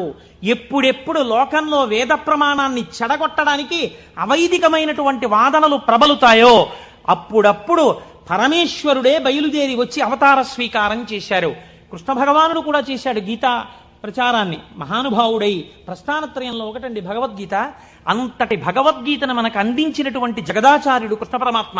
ఆయన కూడా జగదాచార్యుడే. ఒకటే కదండి ఉన్నది పరబ్రహ్మతత్వం. అదే కృష్ణుడిగా భాషించింది ఒకనాడు. అటువంటి భగవద్గీతనిచ్చినటువంటి కృష్ణ పరమాత్మ యొక్క అవతారం ఎందుకు కలియుగంలో వచ్చేటటువంటి ప్రమాదముల నుంచి ఉద్ధరించగలిగినంత జ్ఞానబోధ ఎందుకు చెయ్యలేదు? ఒక్కటే కారణం. ద్వాపర యుగంలో అప్పటికే ధర్మాన్ని నిర్వీర్యం చేసేటటువంటి వాళ్ళ సంఖ్య కోట్లలోకి వెళ్ళిపోయింది. కృష్ణావతారం ప్రారంభం నుంచే ఎంత రాక్షస సంహారం చేశాడండి మహానుభావుడు. కన్నులు తెరువని కడుచిన్ని పాపడై దానవి చనుబాలు త్రావి చంపే పూతనా సంహారంతో మొదలుపెట్టి ఎంతమంది రాక్షసుల్ని చంపాడు. జరాసంధాది రాక్షసులందరినీ ముందే చంపకపోతే కురుక్షేత్రంలో నిజంగా పాండవులు నిలబడగలరా? ఇంతమందిని చంపాడు. అవతారంలో ఉన్న తక్కువ సమయంలో ఆయన కురుక్షేత్ర మధ్యంలో సమస్త వాంగ్మయాన్ని భగవద్గీత రూపంలో బోధ చేశాడు. కానీ అది సరిపోదేమో. కలియుగం అంటే అసలు మనస్సు నిలబడనటువంటి యుగం. మరి మనస్సు నిలబడదు, కలిపురుషుడి యొక్క ప్రకోపాలు చాలా ఎక్కువగా ఉంటాయి అన్నప్పుడు ఇంకా ఈ గురువులు ఎందుకు, ఈ బోధలు ఎందుకని మీరు నన్ను అడగచ్చు. దానికి ఒక్కటే జవాబు పరమాచార్య స్వామి వారు చెప్పినటువంటివి. నేను ఉపన్యాసాల్లో చెప్పే చాలా భాగాలు పరమాచార్య స్వామి వారివి. కాబట్టి ఆయన అంటారు, మీరు చూడండి దొంగలు పడుతున్నారు, కాకినాడకి దొంగల ముఠాలు వచ్చాయి, దొంగలు కొట్టేస్తున్నారు, ఇళ్ళు దొంగలు కొట్టేస్తున్నారు అన్నారు అనుకోండి. ఎంత జాగ్రత్తగా ఉన్నా దొంగలు కొట్టేస్తున్నారండి అని తాళం తీసేసి తలుపులు తెరిచి వస్తామా? ఏదో ఒక కట్టడి చేస్తాం. చేసి అమ్మ ఏదో ఒకటి సాయంకాలం కాసేపు వాడు ఏదో చెప్పాడో చెప్పలేదో కానీ శివనామస్మరణ చేయిస్తున్నాడమ్మా, అక్కడికి వెళ్ళొస్తాం, అందుకని కాస్త మా గుమ్మని చూస్తుందరు తల్లి, మీరేదో ఇక్కడే కుర్చీ వేసి కూర్చోండి, లేకపోతే మీ అబ్బాయిని మా ఇంట్లో చూస్తుండమనండి, టీవీ కాసేపు కరెంటు పోయినా పర్వాలేదు మహాప్రభు మాకు మీ వాడిని కూర్చోమనండి అంటాం. కట్టడి చేస్తున్నారా చేయట్లేదా? ఏదో రకంగా. కలిపురుషుడు ఎంత ప్రకోపంతో ఉండడానికి ప్రయత్నించినా మీరు ఈశ్వరుడి పాదాలు గట్టిగా పట్టుకోవడానికి ప్రయత్నించాలి కదా. దానికి ప్రస్థానత్రయ భాష్యంతో మొదలుపెట్టి ఈశ్వరుణ్ణి స్తోత్రం చెయ్యడం వరకు, ఆకాశం నుంచి పాతాళం వరకు సమస్త వాంగ్మయాన్ని జ్ఞానబోధ తప్ప ఇంకొక ప్రయత్నం కాని పని కాని పెట్టుకోకుండా 32 ఏళ్ల జీవితంలో షణ్మత స్థాపనాచార్యులై శృతి ప్రమాణాన్ని నిలబెట్టి అందరి దేవతల మీద స్తోత్రాలు చెప్పి శివానందలహరి, సౌందర్యలహరి, బ్రహ్మసూత్ర భాష్యం ఎన్ని చేశారండి మహానుభావుడు శంకరాచార్యులు వారు. వారి పేరు చెప్తే చాలు పాపాల పటాల పంచలైపోతాయి. శృతి స్మృతి పురాణానాం ఆలయం కరుణాలయం నమామి భగవత్పాద శంకరం లోకశంకరం. అటువంటి శంకర భగవత్పాదులై ఈ భూమి మీద నడయాడి మనకి జ్ఞానబోధ చేశారు. ఇప్పుడు చెప్పండి, శుభం, కళ్యాణం, శ్రేయం, భద్రం, శోభనం ఇవన్నీ ఎందులోకి వెళ్ళిపోతాయి? జ్ఞానంలోకి వెళ్ళిపోతాయి. జ్ఞానం కన్నా గొప్ప కళ్యాణం, జ్ఞానం కన్నా గొప్ప శుభం, జ్ఞానం కన్నా భద్రం, జ్ఞానం కన్నా శ్రేయం, జ్ఞానం కన్నా శోభనం ఇంకున్నాయా? ప్రపంచంలో లేవు. అటువంటి జ్ఞానమును మీకు అందించడానికి పరమేశ్వరుడే శంకరుడిగా ఈ భూమండలము మీద నడయాడినాడు కాదు. ఇప్పుడు కూడా శంకరుడు కరచరణాదులతో తిరుగుతున్నాడు. నాకు అలాగే తిరుగుతున్నాడు. నా కంటికి నేను ఆరాధించేటటువంటి పరమేశ్వరుడే కరచరణాదులతో తిరుగుతున్నాడు. నేను పట్టుకోవడానికి తన పాదములను అనుగ్రహిస్తున్నాడు. తన చేతిని నా మూర్ధన్య స్థానమునందుంచి ఆశీర్వచనం చేస్తున్నాడు. నాకు అనుమానం వస్తే రాత్రనక పగలనక నేను వెళ్ళి పరిగెత్తికెళ్ళి కూర్చుని, గురువుగారు దీనికి ఎలా చెప్పాలండి అంటే, నాన్న నీకు ఫోన్ చేసి చెప్తాను, ఇప్పుడు టైం లేదని ఫోన్ చేసి, నాన్న నువ్వు అడిగిన శ్లోకానికి ఇది వ్యాఖ్యానం అని ఫోన్ చేసి చెప్పగలిగినటువంటి ఉదారుడై ఆ పరమశివుడు, ఆ శంకరుడు నాకు మల్లంపల్లి అమరేశ్వర ప్రసాద్గా నడయాడుతున్నారు. మీకు మీ గురువుగా నడయాడుతున్నారు. తిరుగుతున్నారా? తిరగట్లేదా? పరంపరగా నడయాడుచున్నారు. ఇది శివం, ఇది మంగళం, ఇది భద్రం, ఇది శ్రేయం, ఇది శోభనం. కాబట్టి మనం ఎవరికి నమస్కరిస్తాం? గురుర్ బ్రహ్మ, గురుర్ విష్ణు, గురుర్దేవో మహేశ్వర, గురు సాక్షాత్ పరబ్రహ్మ, తస్మై శ్రీ గురవే నమః. అటువంటి గురువు ఇప్పటికీ మీకు శుభములిచ్చేవాడై, శోభనములనిచ్చేవాడై, మంగళప్రదుడై ఉన్నాడు. కాబట్టి రుద్రాధ్యాయం, వేదములు అంత జాగ్రత్తగా సమన్వయం చేస్తూ ఆ శంకరులు వస్తారని అంత స్థితిని పతంజలి నటరాజస్వామి దర్శనం దగ్గర నుంచి మొదలుపెట్టి పక్కన ఇలా నిలబడి నటరాజ తాండవం చూసినందుకు ఒకనాడు నేను ఈ శంకరుడే శంకరాచార్యులు వారిగా వస్తే తత్వబోధ చేసేటటువంటి వాణ్ణి లోకంలో తయారు చెయ్యాలని గోవిందపాదాచార్యుల వారిగా సిద్ధం చేయించుంచారు. కాబట్టి మన ఆర్ష జాతి, మన సనాతన ధర్మము, మన పురాణములు ఎంత గొప్పవో, ఆ శివ అన్న మాట ఎంత గొప్పదో, ఆ శివం అన్న మాట ఎంత భద్రమో, ఎంత శ్రేయస్కరమో, దాని గురించి వింటే, దాని గురించి తలుచుకుంటే ఎంత పరవశమో. పవి పుష్పంబగు అగ్ని మంచగు నాకూపారం భూమిస్థలంబగు శత్రుండతిమిత్రుడవు విషము దివ్యాహారమౌ నెన్నగా అవనీ మండలి లోపలం శివ శివేచ్ఛాభాషణోల్లాసకిన్ శివ నీ నామము సర్వవశ్యకరమౌ శ్రీకాళహస్తీశ్వర. శివ నీ నామం ఎప్పుడక్కర్లేదు, ఎప్పుడూ శివ శివేచ్ఛాభాషణోల్లాసకిన్ శివ నీ నామము సర్వవశ్యకరమౌ, ఎప్పుడూ నీ నామం అవసరమే అంటారు దూర్జటి కాళహస్తీశ్వర శతకంలో. అటువంటి శివనామం గురించి, ఆ శివనామము గురువై ఎలా నడుస్తున్నారో గురించి, ఆ శివనామము ఎటువంటి మంగళప్రదుడో గురించి, ఎంతగా భక్తులను ఆదుకునే స్వరూపమున్నవాడో గురించి ఇవాళ మొట్టమొదటి రోజున ఆవిష్కరించే ప్రయత్నం చేశాం. రేపటి రోజు నుంచి ఇలాగే మనం చక్కగా ప్రదోష వేళలో కలుసుకుని 6:30 అయ్యేటప్పటికి శివనామం చెప్పడం ప్రారంభం చేస్తే కాకినాడ పట్టణం ఆధ్యాత్మికతలో మరింత పైకెక్కుతుంది. నాదొక్కటే కోరిక. ఆనాడు మనం తరిగొండ వెంగమాంబ గారి గురించి ఉత్తరాలు రాశాం. నేను ఏడాది నుంచి చూస్తున్నాను వెంకటాచలంలో స్వామి పుష్కరిణి దగ్గర శంకరాచార్య స్వామి వారు 4 శిష్యులతో కలిసి ఉన్నారు. ఇవాళ ఎంత దౌర్భాగ్య స్థితితో తెలుసా అండి? ఎంతమంది ఆఫీసర్లు ఉన్నారో టీటీడీలో, ఎంతమంది బోర్డు మెంబర్స్ ఉన్నారో, ఎంతమంది ఆయన పేరు చెప్పుకుని బతుకుతున్నారో, ఎంతమంది దేవస్థానం డబ్బు తిని జీవితాలు గడుపుకుంటున్నారో. శంకరాచార్య స్వామి వారి పాదుకలకి ఉన్నటువంటి ఒక బొడిపె ఊడిపోయి ఏడాదైంది. ఆ బొడిపె కనీసం సరిదిద్దుతామన్న ఇంగితం ఇప్పటికి లేదు తిరుమల తిరుపతి దేవస్థానానికి. నాకు భయం లేదు, నేను సత్యం చెప్తున్నాను.